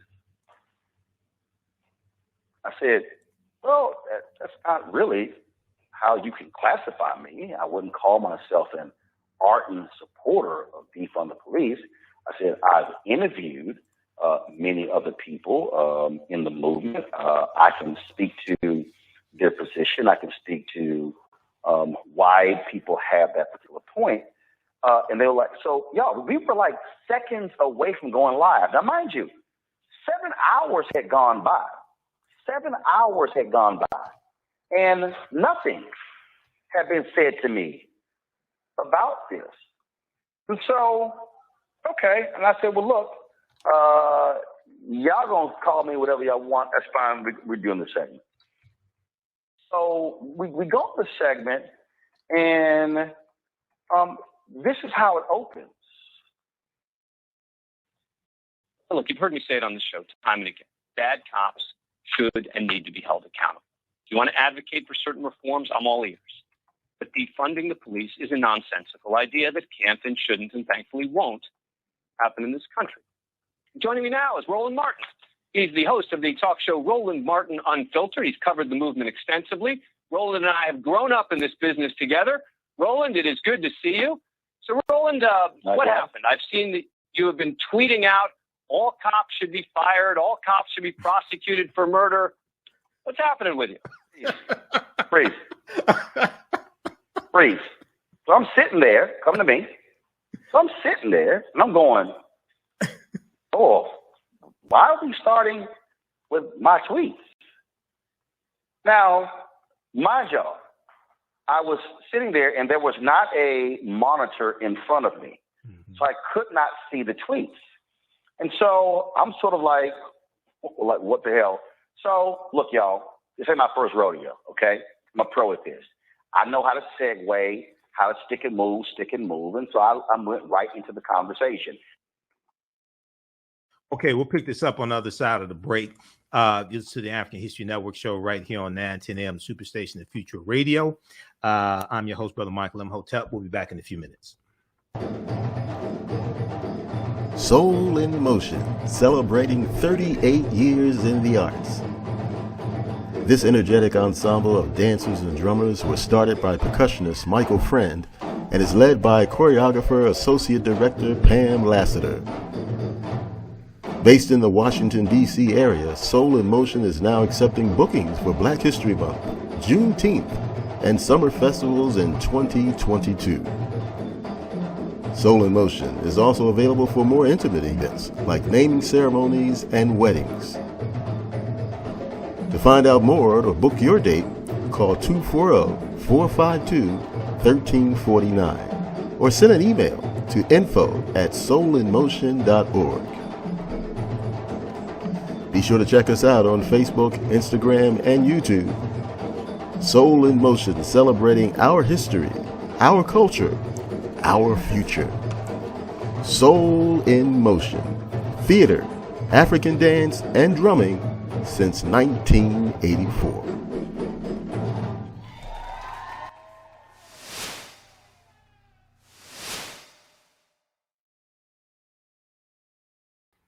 Welcome back to the African History Network show right here on 910 AM, the Superstation, the Future Radio. I'm your host, Brother Michael Imhotep. Okay. So I want to go back to this clip here. This is from Roland Martin Unfiltered, Friday, March 4th, 2022. And I was a panelist. I'm a panelist each Friday on Roland Martin Unfiltered. He was talking about the segment when he was on Dan Abrams' show on News Nation. Nobody watches Dan Abrams' show on News Nation. Let's go back to this clip, Jalen.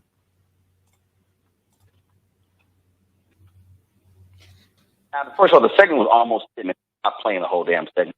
Not giving them that much time. But I did circle back to the tweets because it needs to be addressed. Press play. What's happening with me was happening with the folks who are out there committing heinous acts. And again, without getting anecdotal about case by case, because I agree, if cops engage in misconduct, they should be held accountable. What I'm concerned about is a guy with a reputation like yourself, longtime journalist. You've been in this business a long time. You've got a big name. You've got a big following. And you're out there saying all cops should be prosecuted. And I think that's dangerous. No. Hold up. You forgot something. All cops doing what should be prosecuted? Praise. So y'all saw what happened there. Okay? He comes back and he's saying, oh, I'm saying all these wild, crazy things. Buttering me up. Oh, you're a journalist, well-respected, loud voice, whatever. So I'm sitting here going, really? Like, y'all got to understand. I've tweeted, oh, my God, I can't tell you how many tweets I've sent out. But I don't say just crazy stuff, just anything, just without context. Watch what happens next. Let's read. Should we pull the quote from your Twitter again? All right. Can we put up Roland's tweets again, please? The two that we had in the introduction. I have no monitor here. Every cop should be fired. Freeze. Every cop should. Now, leave it up. So y'all see right there, this was a tweet that was sent on February 22nd, 2022, from my iPhone at 5:05 p.m. You see it right there, okay? You see nothing below that. That's kind of important. Press play. To be fired was the first one. And then the second one was every cop should be prosecuted for murder. Response to what? Freeze. Boom. I'm not crazy. I know I'm responding to something. So you hear me say, in response to what? Which means I know there is context to what I was talking about. Press play. It's not a response. It's your tweet. It was an original tweet. It wasn't a response to somebody else. Please. All right. It wasn't a response to someone else. Right then, I knew he was lying. You can look at my face and watch what I say. Press play. No. What I'm saying is, it's not just like, oh, every cop should be prosecuted. If they are a police officer, I've been very clear with this. When you have cops who purposely turn off body cameras, who turn off dash cams, gotta go. If you have cops who lie on police reports, and we know after the fact that what they said was wrong, gotta go. But again, all right, pause it right there, Jalen. I don't want to see accountability for. Pause right there. Let's go to the second clip from Roland Martin and Filter. It should say Michael Imhotep. Let's go to that second clip because he comes to me. I'm on the panel. Let's go to that second clip. So you want me to come back on your show? Now, Dan, it's real simple. The only way I'm coming back on your show is if you are going to apologize on your show. You're going to have to let me know ahead of time that you're going to apologize for what you did. Pull that bullshit statement back up. He actually says, y'all, those words were quoted accurately and still seem unambiguous and much broader than about a single story. Y'all, that's a flat out lie. In no world, Kelly, Michael, and Matt, can somebody remotely suggest that I was speaking broadly. First of all, y'all have done this show numerous times. Have y'all ever heard me say, fire all cops? We don't need no cops in America. Fire everybody. Who in the heck? First of all, the most ardent, hardcore, defund the police folk would never say some stupid shit like that. Right. Dan Abrams, he's trying to get clicks and he's trying to get ratings. I didn't even know he had a show on News Nation. You know, I know him from ABC, being the chief legal analyst from ABC. I didn't even know he had a show on News Nation. I watched. First of all, a lot of folks ain't never heard of News Nation. Right. Exactly. So I watched the video you posted on your Instagram page last night when I got finished doing the African History Network show, and then I watched the entire 9-minute segment on your YouTube channel. And the other thing is really important here, Roland. If you look at one of the chyrons during that segment, it says anti-police crowd not happy over calls to fund the police. Okay, this is right underneath you speaking. All right, you're not anti-police. Nope. See, what they do is they create this narrative to draw in viewers, to make this go viral, to try to increase their ratings. Now you do know who was one of the people who was hired as a consultant with News Nation when they first started. Was it you? Bill Shine, the former number 2 at Fox News. But go right. Yeah, Bill Shine. Yeah. But see, that's what they do at Fox News. They do stuff like that at Fox News to throw red meat to their base. It's very disingenuous. So with Dan Abrams, somebody as intelligent as he is, he should know, number one, if he just saw if an intern handed him a sheet of paper with a standalone tweet from you that said all the police should be fired, he should know that there's something more to that. Okay, but no, he wanted to run with that story. But lastly, the other thing is, Roland, I would encourage people, this whole thing with Biden saying fund the police, things like that, I would really encourage people to read the op-ed article that Biden wrote for the USA Today, June 10th, 2020, when he was running for president. And it said, the name of the article is, "We must urgently root out systemic racism from policing to housing to opportunity." And right in here, the second line says, he said federal dollars should not go to departments that violate people's rights or turn to violence as a first resort, but I don't support defunding the police. And then he goes through and breaks this down. He said this during the campaign. He goes through and breaks all this down. But then when you look at when the George Floyd Justice and Policing Act, when the talks fell apart in September 2021, September 28th, 2021, the article from theweek.com, you talked about it on your show, I talked about it on my show, largest U.S. police group appears to counter Senator Tim Scott. Well, because they know he was lying. They know he was lying. And this is the game that they play. The game that they play, and again, they want to sit here and tag folks with labels. They want to sit here and pause right there. All right. So we were behind. We started the show late on Roland Martin Unfiltered and running behind schedule. This is the point I was getting to. This article here from theweek.com.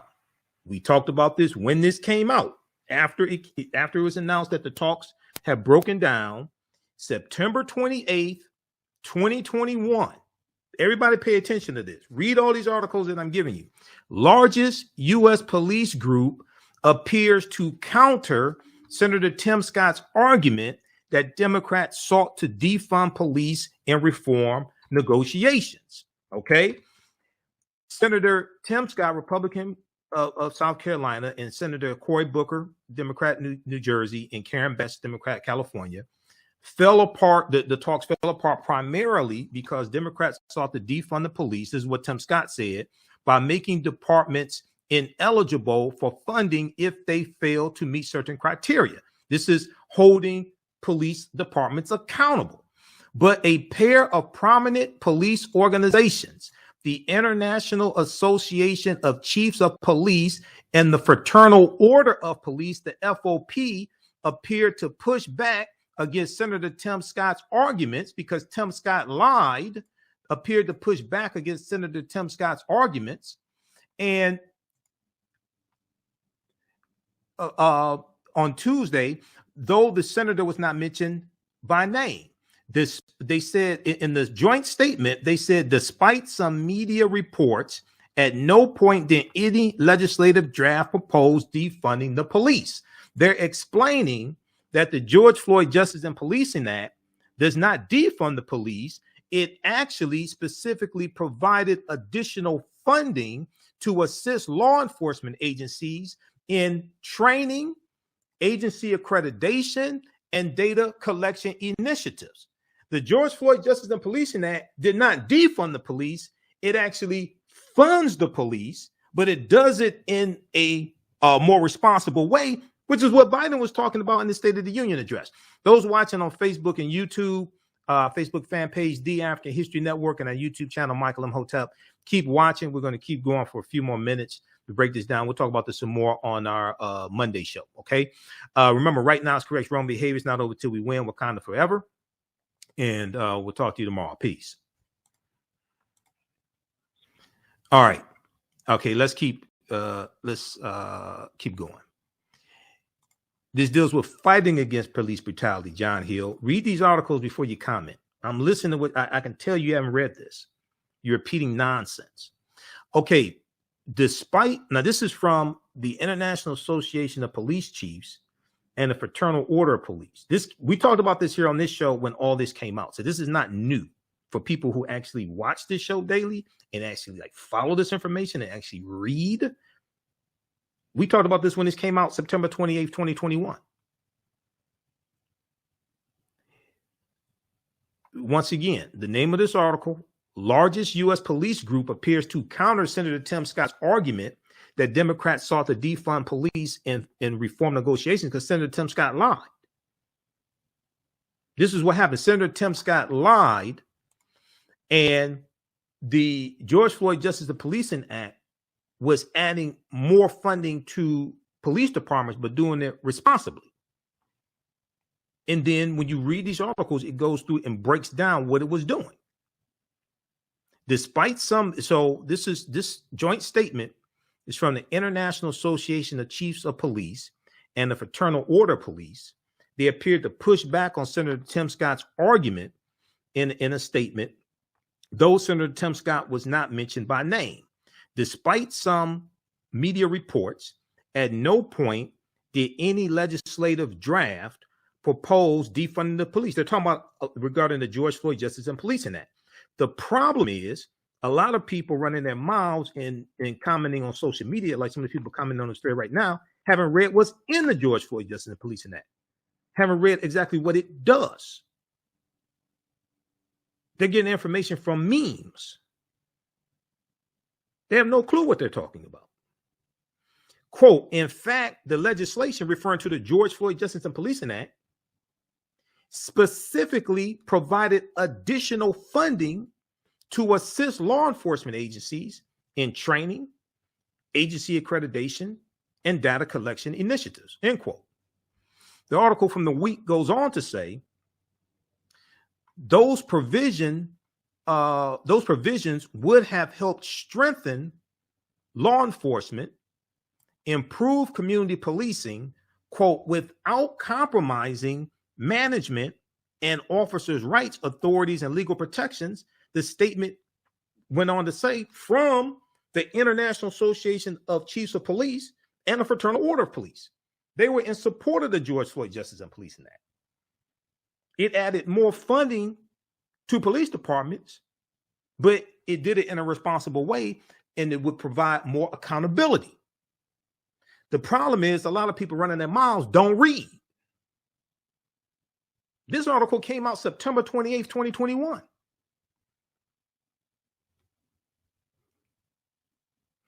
Okay, so, and they have the full statement here from the International Association of Police Chiefs and the Fraternal Order of Police, the FOP.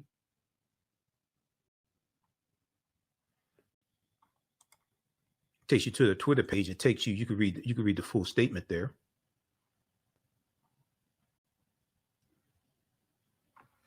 If you go back, okay, so it goes on to say the statement goes on to say our organizations remain steadfast in working with all interested parties who are willing to take a fact-based approach to enact effective and lasting change to avoid a patchwork of state laws that do not provide uniform standards and guidance to the policing profession. Because the George Floyd Justice and Policing Act was going to be federal law that provides standards all across the U.S.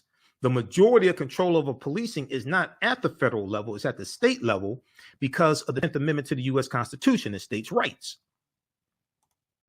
This is why people need to read the U.S. Constitution also. Okay, so read the rest of this article here. That's the most important part there. This is from September 28th, 2021. Now, none of the woke activists complaining talked about this because I saw statements from them, things like none of them talked about this. Okay, so we have this one, and then just a second here. I gotta find. All right, let's close that out. So if we look at the article from thehill.com, we talked about this article September 28th, 2021. We talked about this article also when it came out as well. This piece from thehill.com, and I gotta see where did they set this in a new hold on, they put this in a new tab. This one here from thehill.com is called Police Organizations Say Failed Reform Proposal Would Have Strengthened Departments, Not Defunded Them. They're talking about the George Floyd Justice and Policing Act.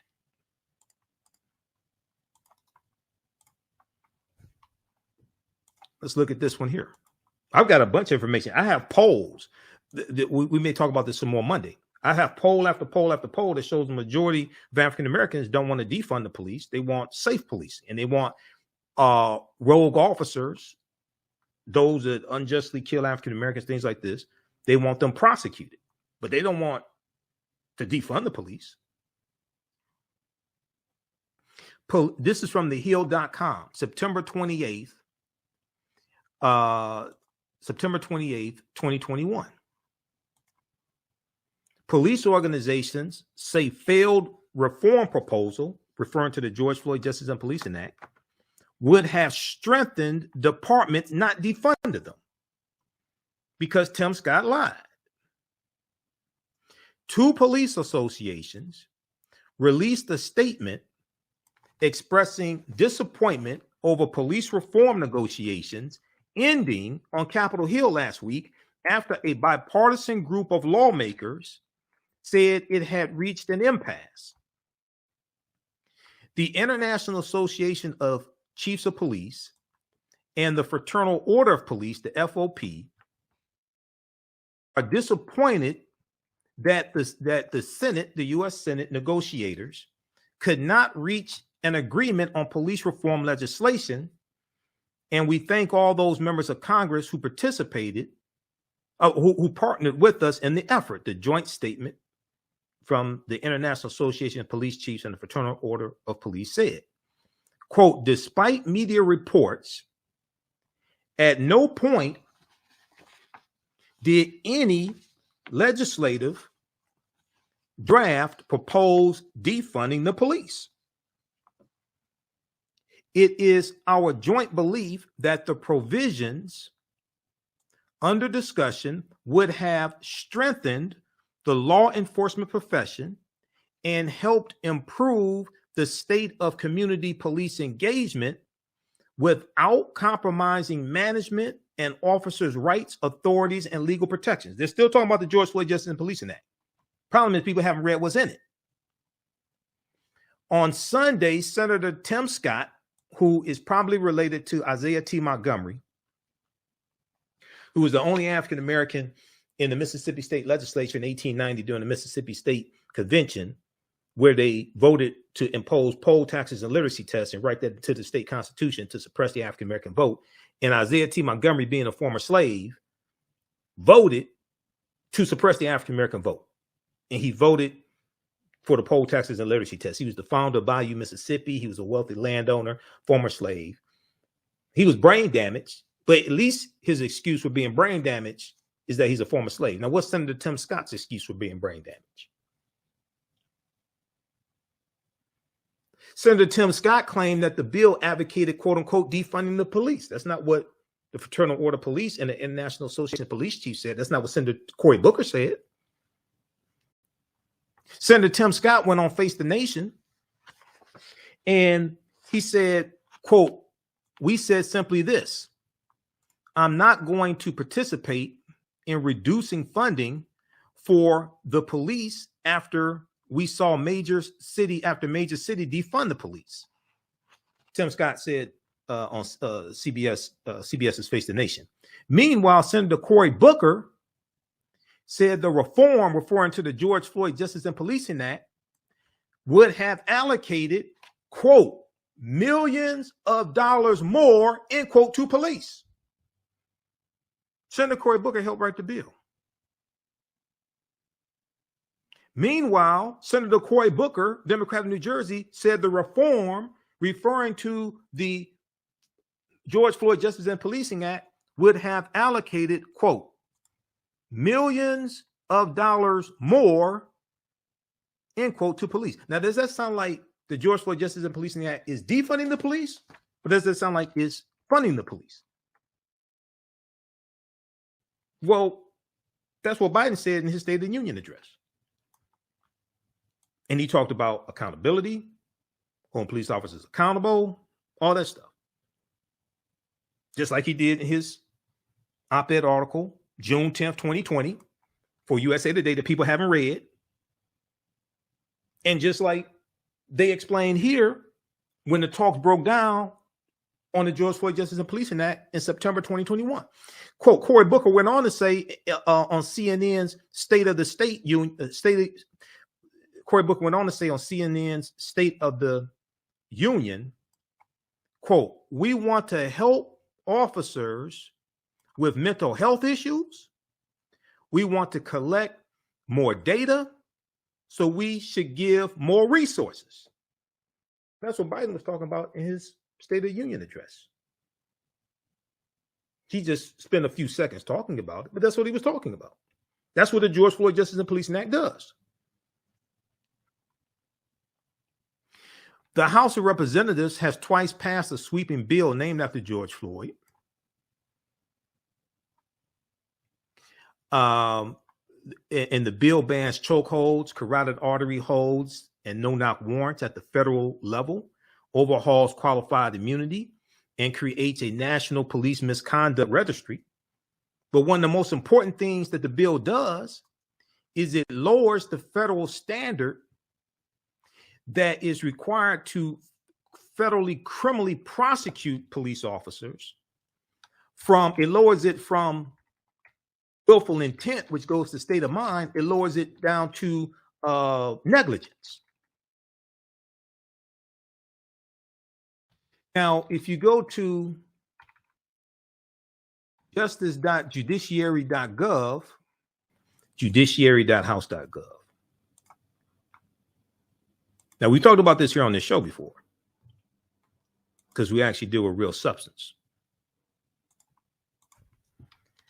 We provide you with the evidence. Proper documentation ends all conversation. So if you've watched this show for any length of time, you remember me going through this in 2021, breaking this down. Fact sheet, George Floyd Justice and Policing Act of 2021, judiciary.house.gov was house.gov, official website of the House of Representatives. And we went through and broke this down. Let me flip over to this here.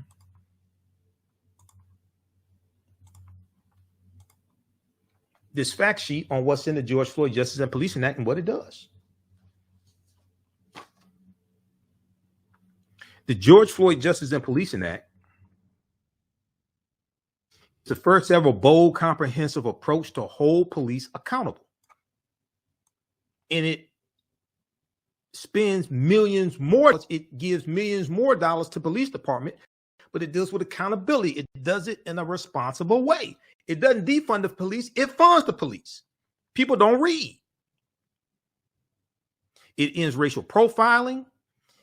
It changes the culture of law enforcement, empowers our communities, and builds trust between law enforcement and our communities by addressing systemic racism and bias to help save lives. The Justice and Policing Act would, 1, establish a national standard for the operation of police departments. 2, mandate data collection on police encounters. 3, it will reprogram existing funds to invest in transformative community-based policing programs. And 4, it would streamline federal law to prosecute excessive force and establish independent prosecutors for police investigations. And they're talking about criminal prosecution. So then they go through and break down the categories. It'll work to end racial and religious profiling, prohibits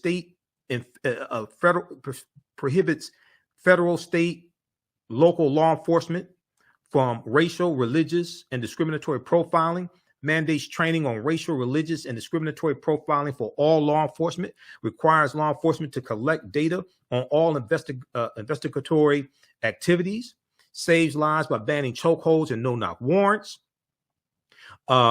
limits military equipment on American streets and requires body cameras. Not just body cameras, you also have to pay for the storage devices to store the terabytes of information, which is very expensive. The George Floyd Justice and Policing Act did not defund the police, it funded the police. And people that know about it know this. This is what Senator Cory Booker said. He helped write the bill.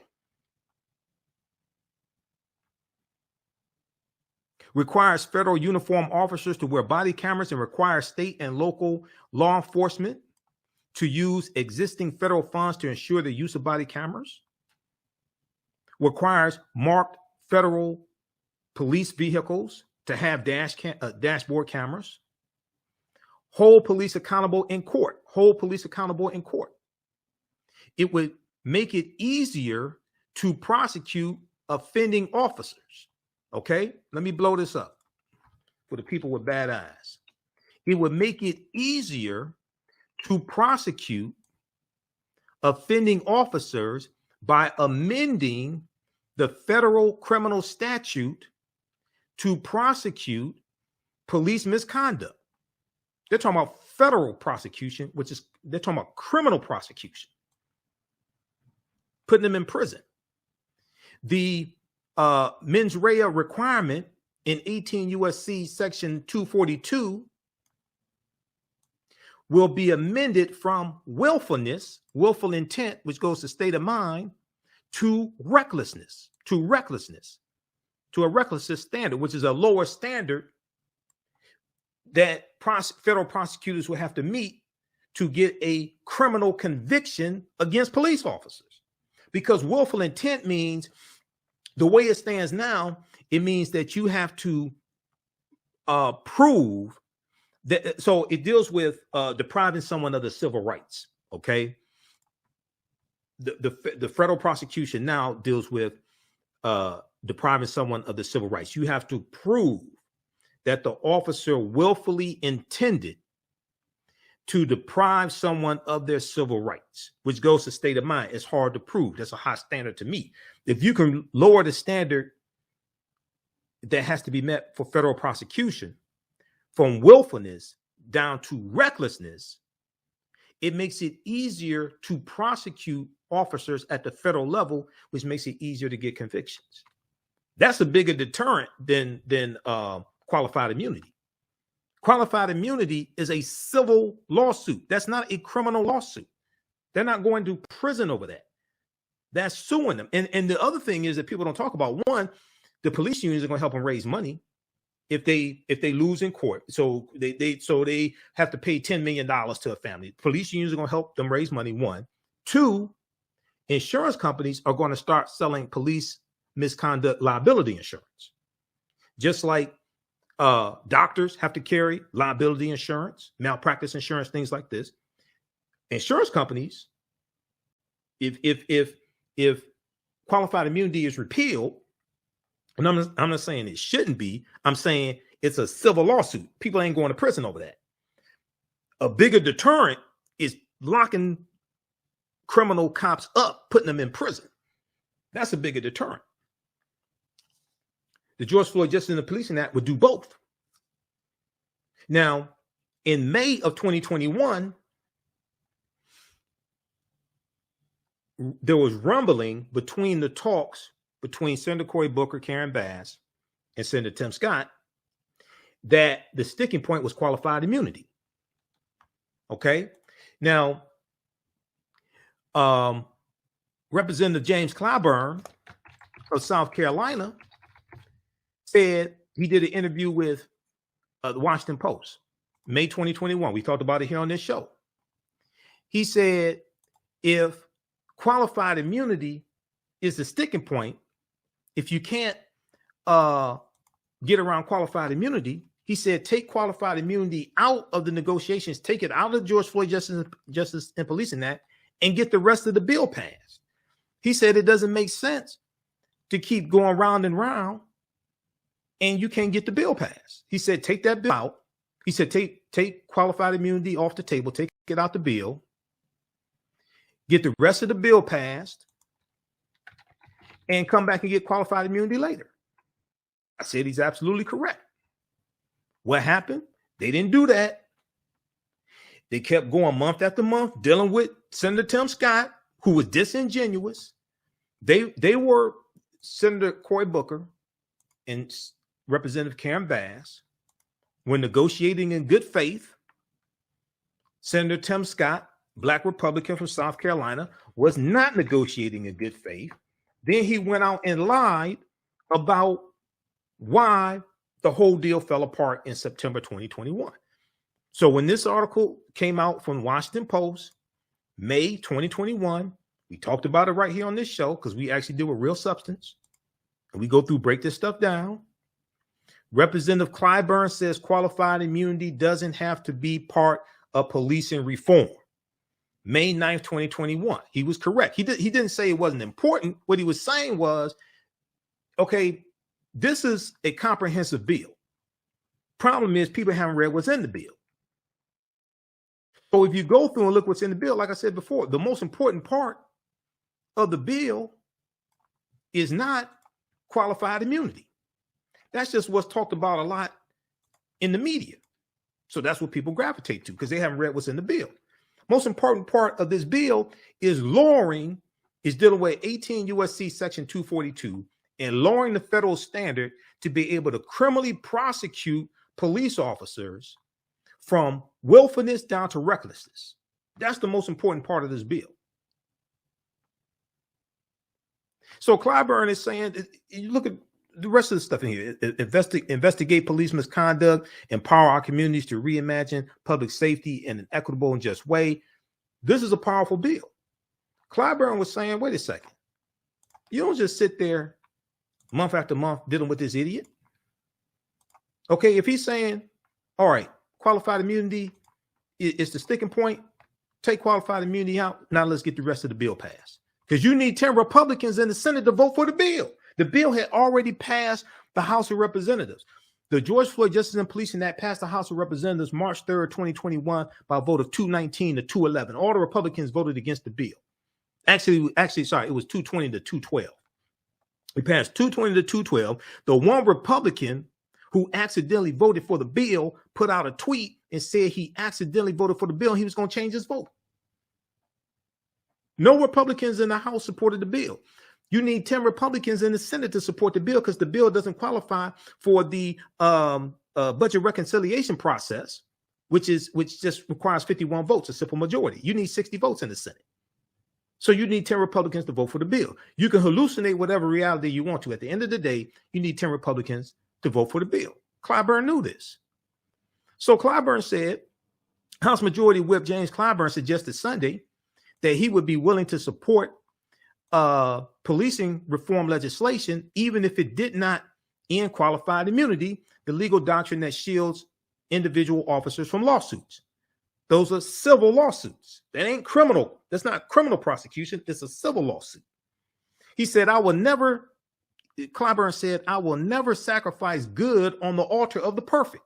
I just won't do it. You don't give up a good bill because you can't get a perfect bill and walk away with nothing. That's stupid. You don't sacrifice the good for the perfect. We can't get a perfect bill, so we're going to walk away with nothing. He said this on CNN State of the Union. He said, quote, I know what the perfect bill would be. We have proposed that. I want to see good legislation. And I know that. And I know that sometimes you have to compromise. If we don't get qualified immunity now, then we will come back and get it and try to get it later. If we don't get qualified immunity now, then we will come back and try to get it later. But I don't want to see us throw out a good bill because we can't get a perfect bill. So what happened? All the woke ass activists jumped on Clyburn, said he didn't know what he was talking about, blah, blah, blah. And what happened? The talks fell apart months later. They kept dealing with this idiot, Senator Tim Scott. The talks fell apart in September. And then what happened? They walked away with nothing.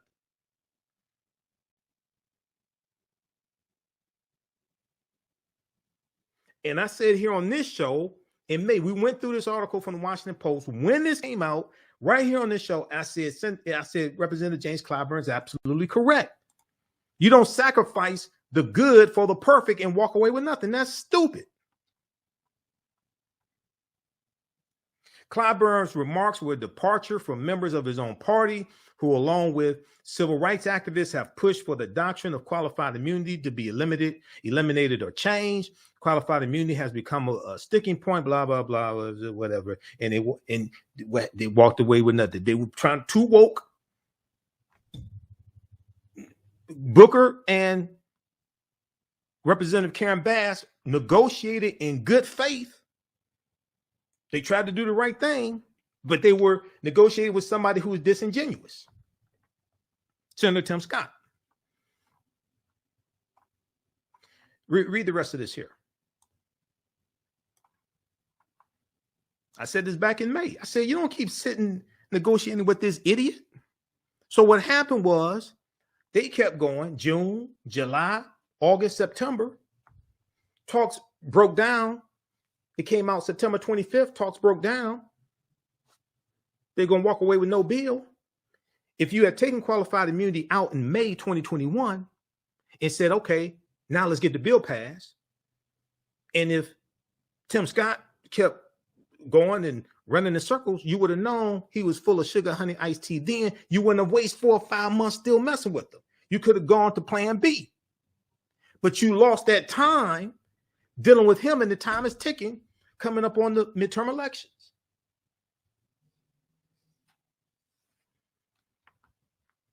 So, for the sake of time here, because it's been a busy day, I taught a 2.5-hour class today. Senator Cory Booker said that George Floyd Justice and Policing Act spends millions of dollars more on policing. That don't sound like defund the police to me. That sounds like funding the police. He knows more about this bill than most people. He helped write it.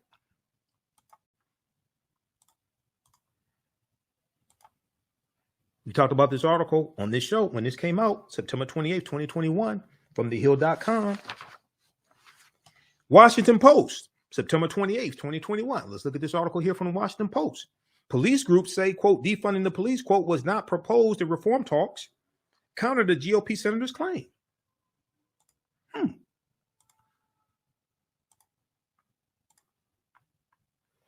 This one is, let's pull this one up here. This is from Washington Post.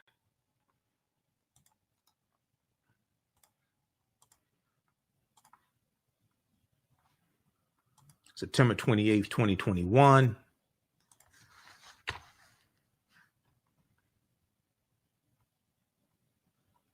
Let's look at this one here quickly. Now, I've heard activists after activists and all this stuff. Some of them, you know, I like, many of them mean well, have good hearts and things like this. I haven't heard any of them say this and break this stuff down like this.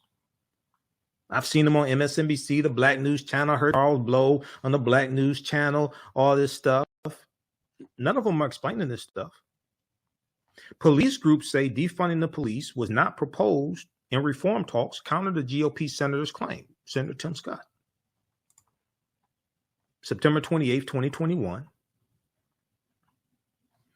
Two of the country's largest groups representing police officers said Tuesday that defunding the police was not proposed in the policing reform negotiations, known as the George Floyd Justice and Policing Act, that fell apart in Congress last week in an apparent pushback against the lead Republican negotiator's claim. Senator Tim Scott. Just say his name. Just Senator Tim Scott. So they go through International Association of Police Chiefs and Fraternal Order of Police, FOP. They go through with the statements we already went through. Despite some media reports, at no point did any legislative draft propose defunding the police. The group said in a joint statement, in fact, the legislation specifically provided additional funding to assist law enforcement agencies in training, agency accreditation, and data collection initiatives. It is our joint belief that the provisions under discussion would have strengthened the law enforcement profession and help improve the state of community police engagement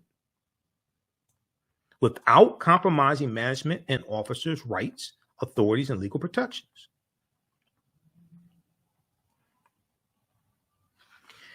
So they talk about Senator Cory Bass and Senator Cory Booker and Representative Karen Bass.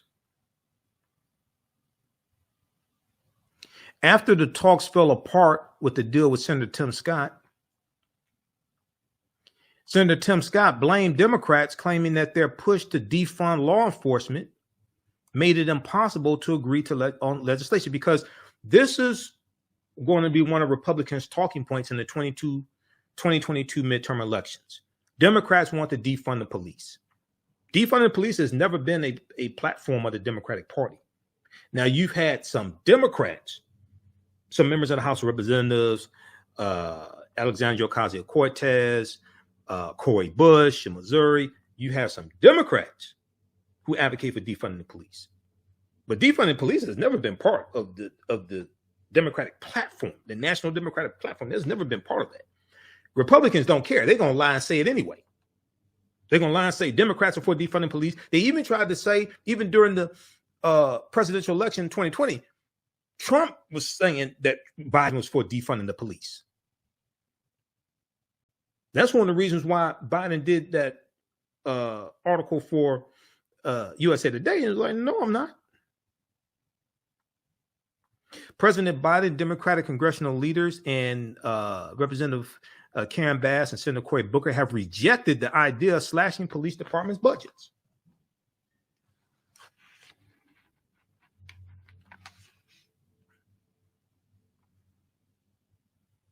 Senator Tim Scott's office did not immediately respond Tuesday to the statement by the police groups.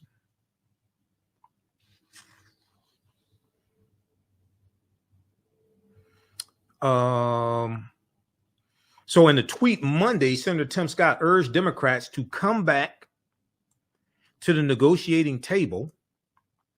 His office also pointed to a Wall Street Journal editorial arguing that police reform failed because Democrats, quote, sought to nationalize policing standards, dropping new burdens on local departments, but denying the resources to make it work. That's not true. The Federal Order of Police and the International Association of Police Chiefs applauded the effort and said it didn't defund the police. It added more funding. Quote, the biggest fight was over funding, the editorial states. Mr. Booker says Democrats don't support defunding police, which progressive mayors and activists demanded after nationwide protests in 2020, yet their proposal to restrict existing federal funds would risk a reduction in police resources.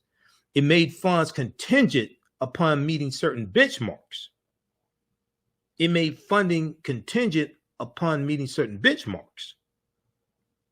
But overall, it added millions more dollars in funding to police departments. It did it responsibly.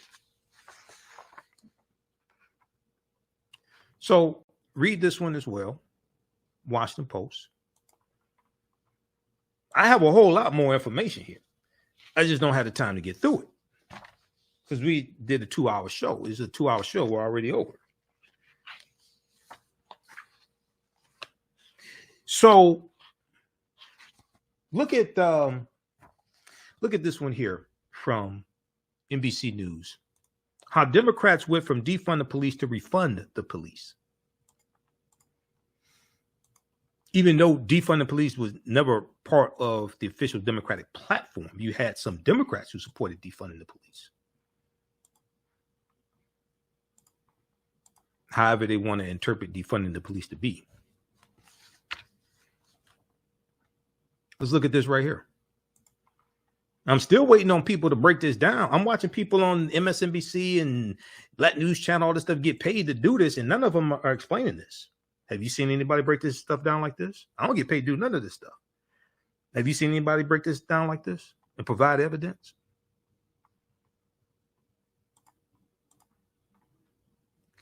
How Democrats went from defund to refund the police. As crime rates rise ahead of the midterms, 2022 midterm elections, Black mayors of the nation's largest cities are leading the call to crack down on lawlessness. And part of the shift also had to do with Eric Adams becoming elected mayor of New York, which is the largest city in the country. New York has a population like 8 million people. They have the largest police force in the country also. He's a former police officer.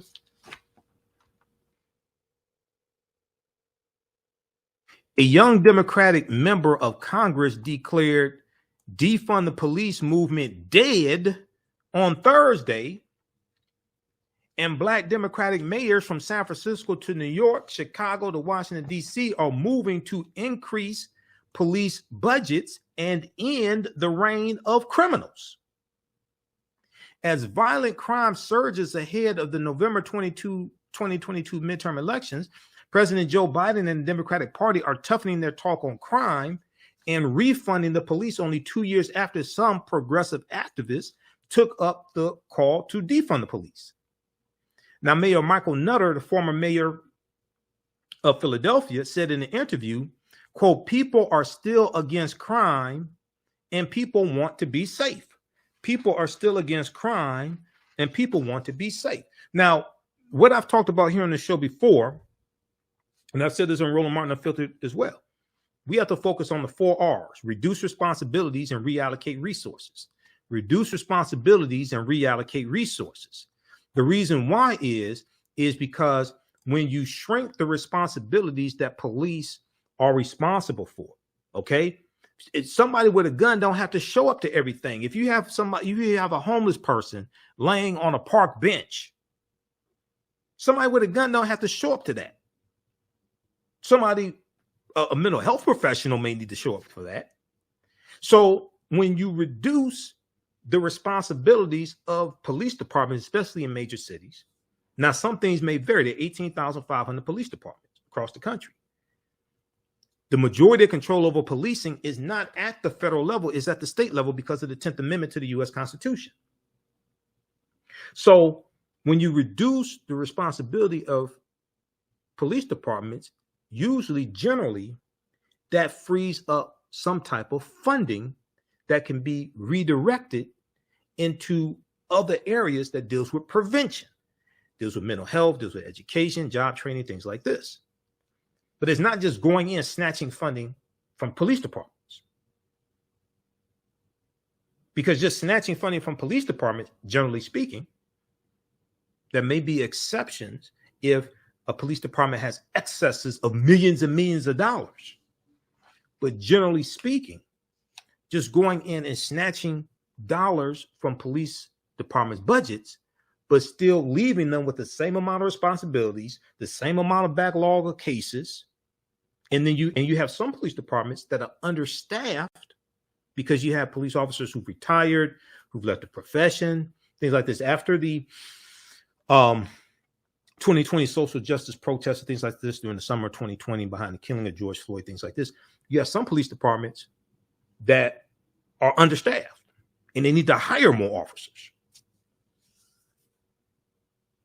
So because you have 18,500 police departments approximately, different sizes, different things like this, it's hard to just go and just take a cookie cutter approach and say everybody has to approach it this way. So the majority of control of policing is not at the federal level, it's at the state level. There was there's a piece from Cornell University's law school, that looks at this,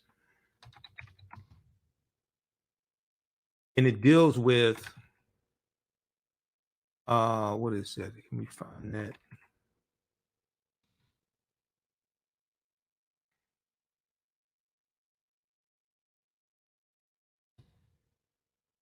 See, do I have that?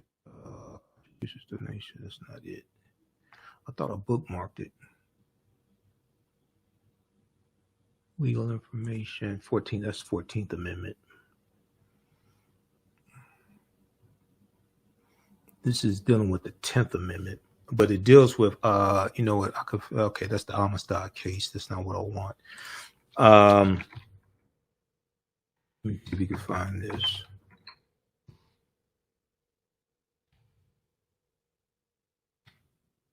It deals with the majority of control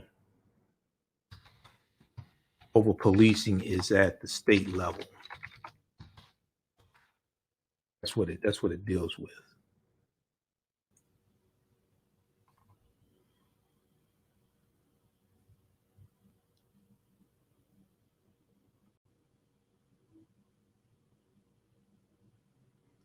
And let me see what I saw it a couple weeks ago because I was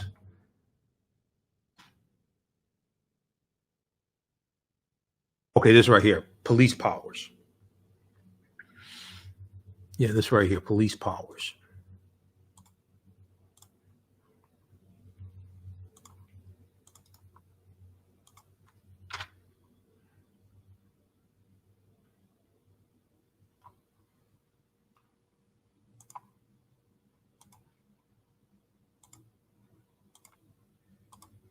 Okay, Cornell University Law School.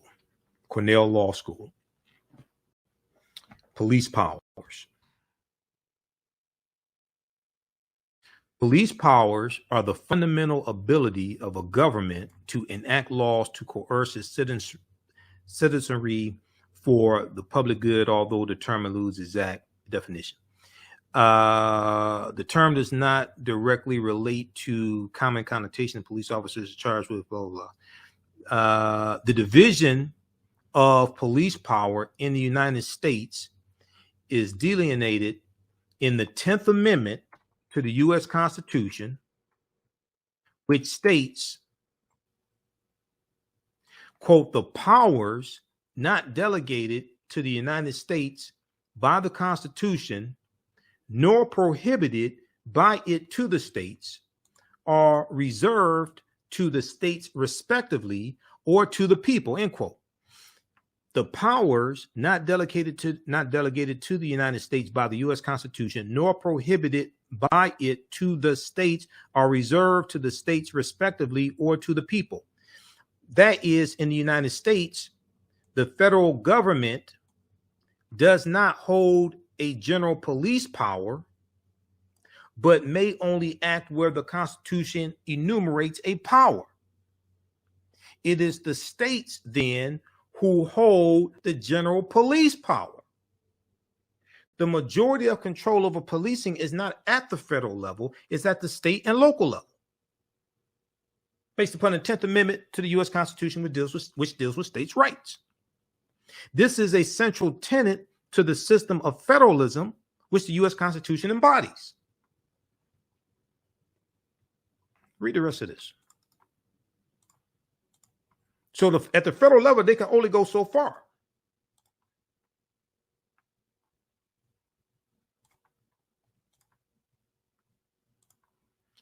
All right, now,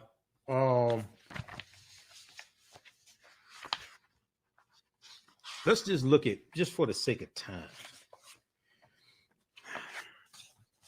because I got a lot more information here, and I have like 4 or 5 polls, but we'll just look at one. Let's not look at the Gallup poll from August 5th, 2020. Let's look at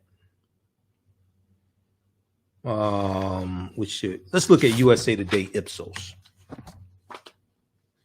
Well, that's March 7th, 2021. Only 1 in 5 support defund the police movement. Let's look at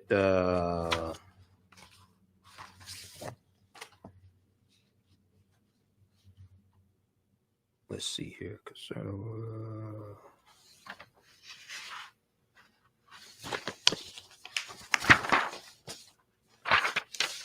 All right, let's look at the one more recent.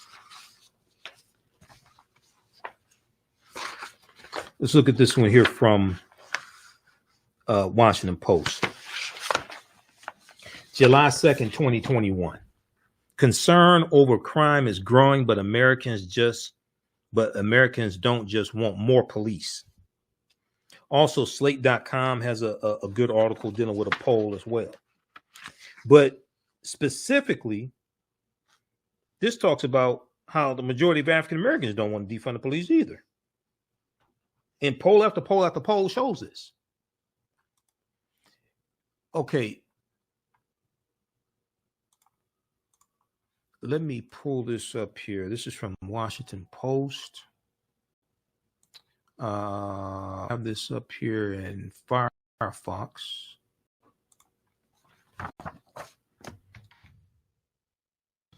Pull this up here in Google Chrome.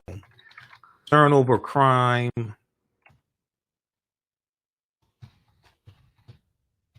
is growing.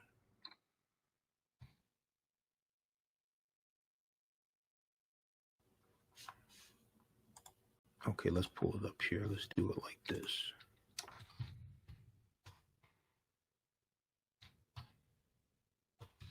Some crime is growing,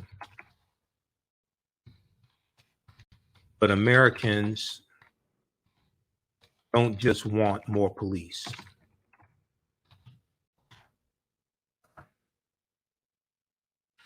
This is from the Washington Post, July 2nd, 2021.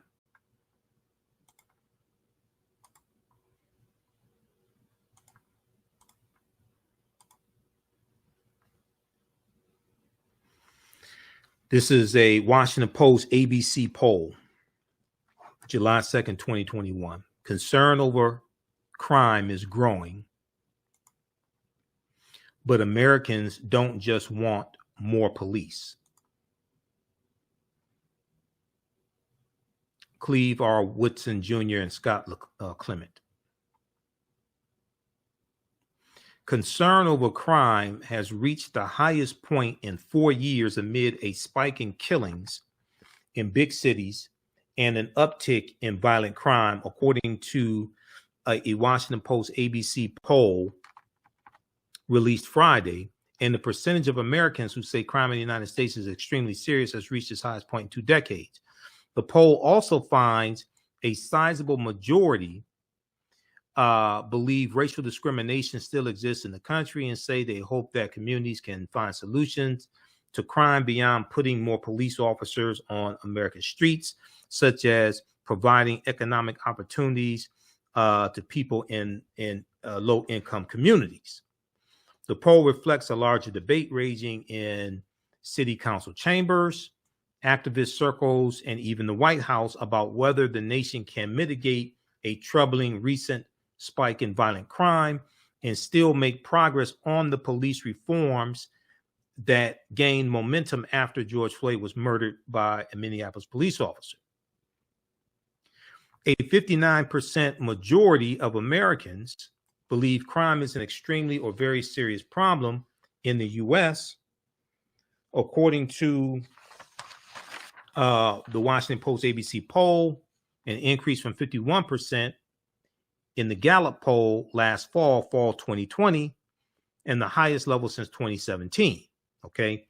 Now, then they go through and they break this down by race.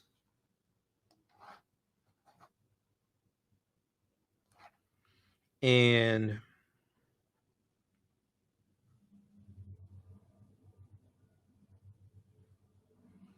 let me see, where is that?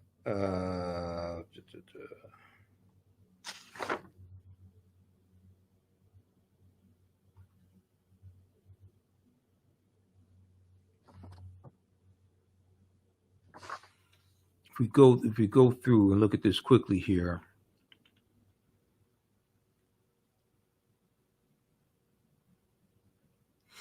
55% majority of Americans who say increasing funding for police departments would reduce violent crime, with views diverging sharply by party and race. Historically rise at where's that? More than 3/4 of Americans say among the perceived, where's that? Black people say the country is making progress.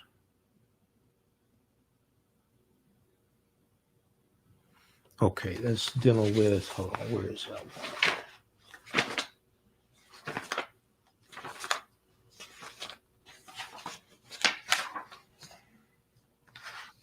one? Okay, I think it was the USA Today Ipsos poll, but you can look at this one also here from Washington Post. Administration.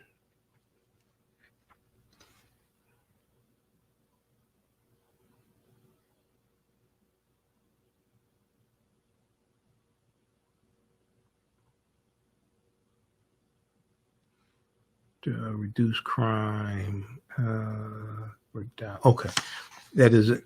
76.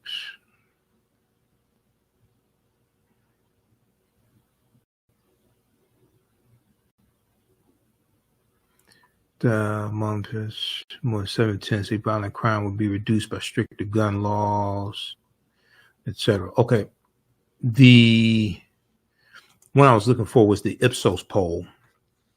USA Today Ipsos, March 7th, 2021. This was right after the George Floyd Justice and Policing Act passed the U.S. House of Representatives, because it passed March 3rd, 2021. And this is, I think this is it right here, USA Today Ipsos poll.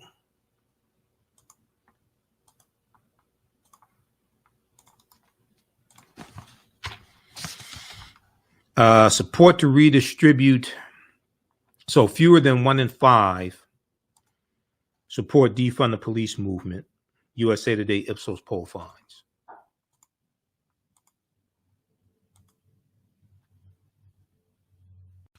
It's March 7th, 2021. This was right after the George Floyd Justice and Policing Act passed the House of Representatives.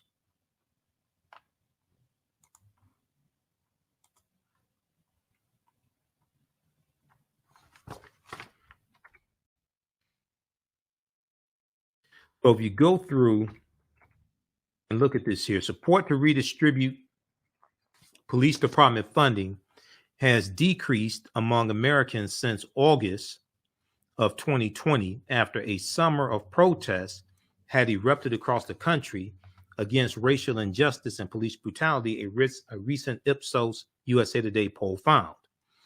The call to redistribute police budgets stemmed from Black Lives Matter activists and protesters who called to defund the police after the deaths of George Floyd, Breonna Taylor, etc. While some believe defunding the police is a call to get rid of law enforcement completely, and many activists are not trying to do that, many activists behind the slogan intended to make a more nuanced argument for police budgets to be steered toward community social programs, so officers were less often required to take on roles better suited to social workers. Only 18% of respondents supported the move known as Defund the Police, and 58% said they opposed it, though white Americans 67% and Republicans 84% were more likely to oppose the movement. Only 28% of African Americans and 34% of Democrats were in favor of defunding the police.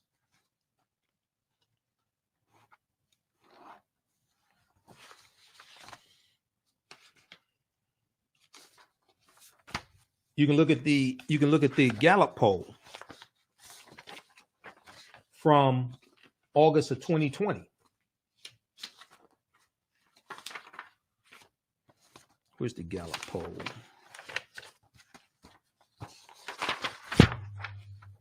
The Gallup poll was the first one that I saw on this. This one right here.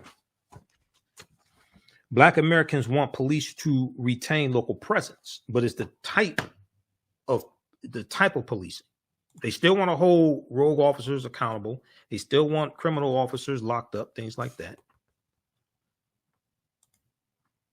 It's how the funds are allocated.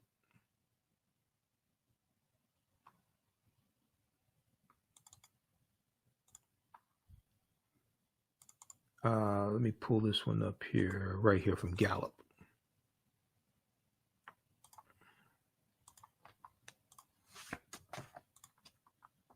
So this came out August 5th, 2020.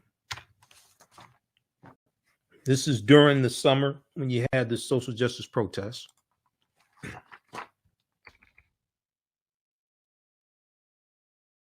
I talked about it here on this show when I saw this article, when this poll came out.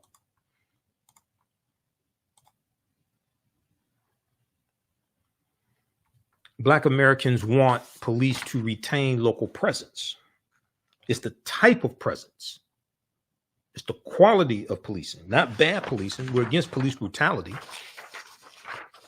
We're against bad policing. Black Americans are a bit more likely than most other groups to see police locally. Still 81% want police to spend same amount of or more time in their area. So they go through and break this down. I don't have time to go through the whole breakdown. You can read this yourself.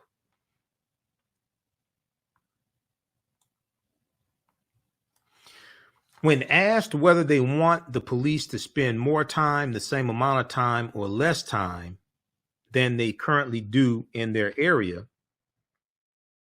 most African Americans, 61% polled, want the police presence to remain the same. This is similar to 67% of all U.S. adults preferring the status quo, including 71% of Americans. Meanwhile, nearly equal proportions of Black Americans say they would like the police to spend more time in their areas. 20% said this, as they like to see them spend less time in their areas. But it's the quality of policing that they want to see.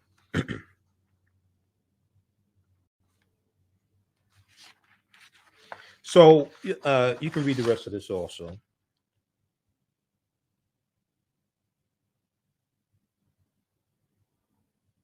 But they want accountability for police officers. They want rogue officers, people who unjustly kill people, things like this, like Derek Chauvin, prosecuted, but also want to try to keep those people off the police force in the first place.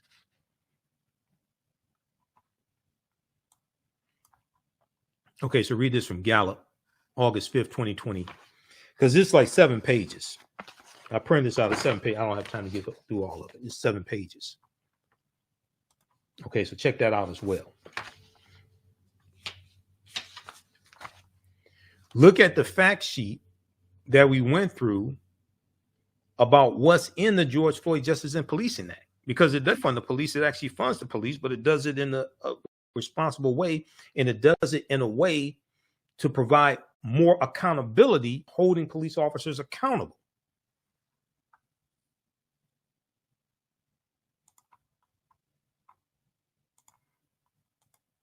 This is at judiciary.house.gov. The George Floyd Justice and Policing Act fact sheet, and it goes through, breaks down all this stuff that's in the bill. And how it doesn't defund the police, it funds the police. All right. So hopefully you've learned a lot here, because I saw a whole bunch of nonsense just floating around on social media. Nobody broke this stuff down and explained it like this. If you saw somebody do it like this, let me know who they were when they do it. When they do it, send me a video.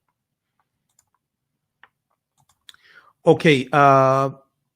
So if you like this type of information also, so give us a thumbs up, give us a heart on this video, give us a like. We do a real substance here. Provide the evidence for you as well. Provide you with the sources. You can go research this yourself. Proper documentation ends all conversation. If you like this type of information also, you can support the African History Network, $ the AHN Show through Cash App. $ the AHN Show through Cash App, also through PayPal, paypal.me / the AHN Show, paypal.me / the AHN Show. This helps us keep doing the research, stay on the air, pay the bills, pay some of the bills, buy printer cartridges, paper. You can visit our website also, AfricanHistoryNetwork.com. We have the information there. Also at our website, and we have the you can register for the online classes that I on the weekends, also on Saturdays and Sundays. But we have the information on our website dealing with Cash App and PayPal. Let me pull this up right here. And it has the link to our Cash App account there also. So when you go, if you go to our Cash App account, it is $ the AHN Show through Cash App. $ the AHN Show, SHOW. When you go to it, it says Michael, shows my picture there. These other ones are fake African History Network Cash App accounts. That's not us. We have the link here on our website, and have the donate button also through PayPal. We're here Monday through Friday, 11 p.m. to midnight Eastern Standard Times, and Sundays, 9 p.m. to 11 p.m. Eastern Standard Time, the African History Network Show. We broadcast on our Facebook fan page, The African History Network. So follow us there. Turn on live notifications so you know when we go live. Also on our YouTube channel, Michael Imhotep, IMHOTEP. Turn on live notifications there so you know when we go live. Download the iHeartRadio app. You can listen to 9:10 a.m. Superstation WFDF here in Detroit live through the iHeartRadio app. You can listen to my show live through the iHeartRadio app, but also search for the African History Network Show, because I have my own channel there on iHeartRadio And we have our shows audio podcasted there. So you have, I think, maybe 300 podcasts of our shows. You can read articles I've written here. Click there. I haven't written articles in some time. You can advertise with the African History Network. Current promotion, buy 1 month, get 2 months free for limited time only. But we have the information here dealing with the online courses that I teach as well. Saturdays, it is from the ancient Kemet, the Moors, and the Maafa, understanding the transatlantic slave trade, but they didn't teach you in school. We do that 2 p.m. to 4 p.m. Eastern Standard Time. And Sundays, it is from the Civil War to the Civil Rights Movement of Black Power, 1865 to 1968. So the class is on sale right now.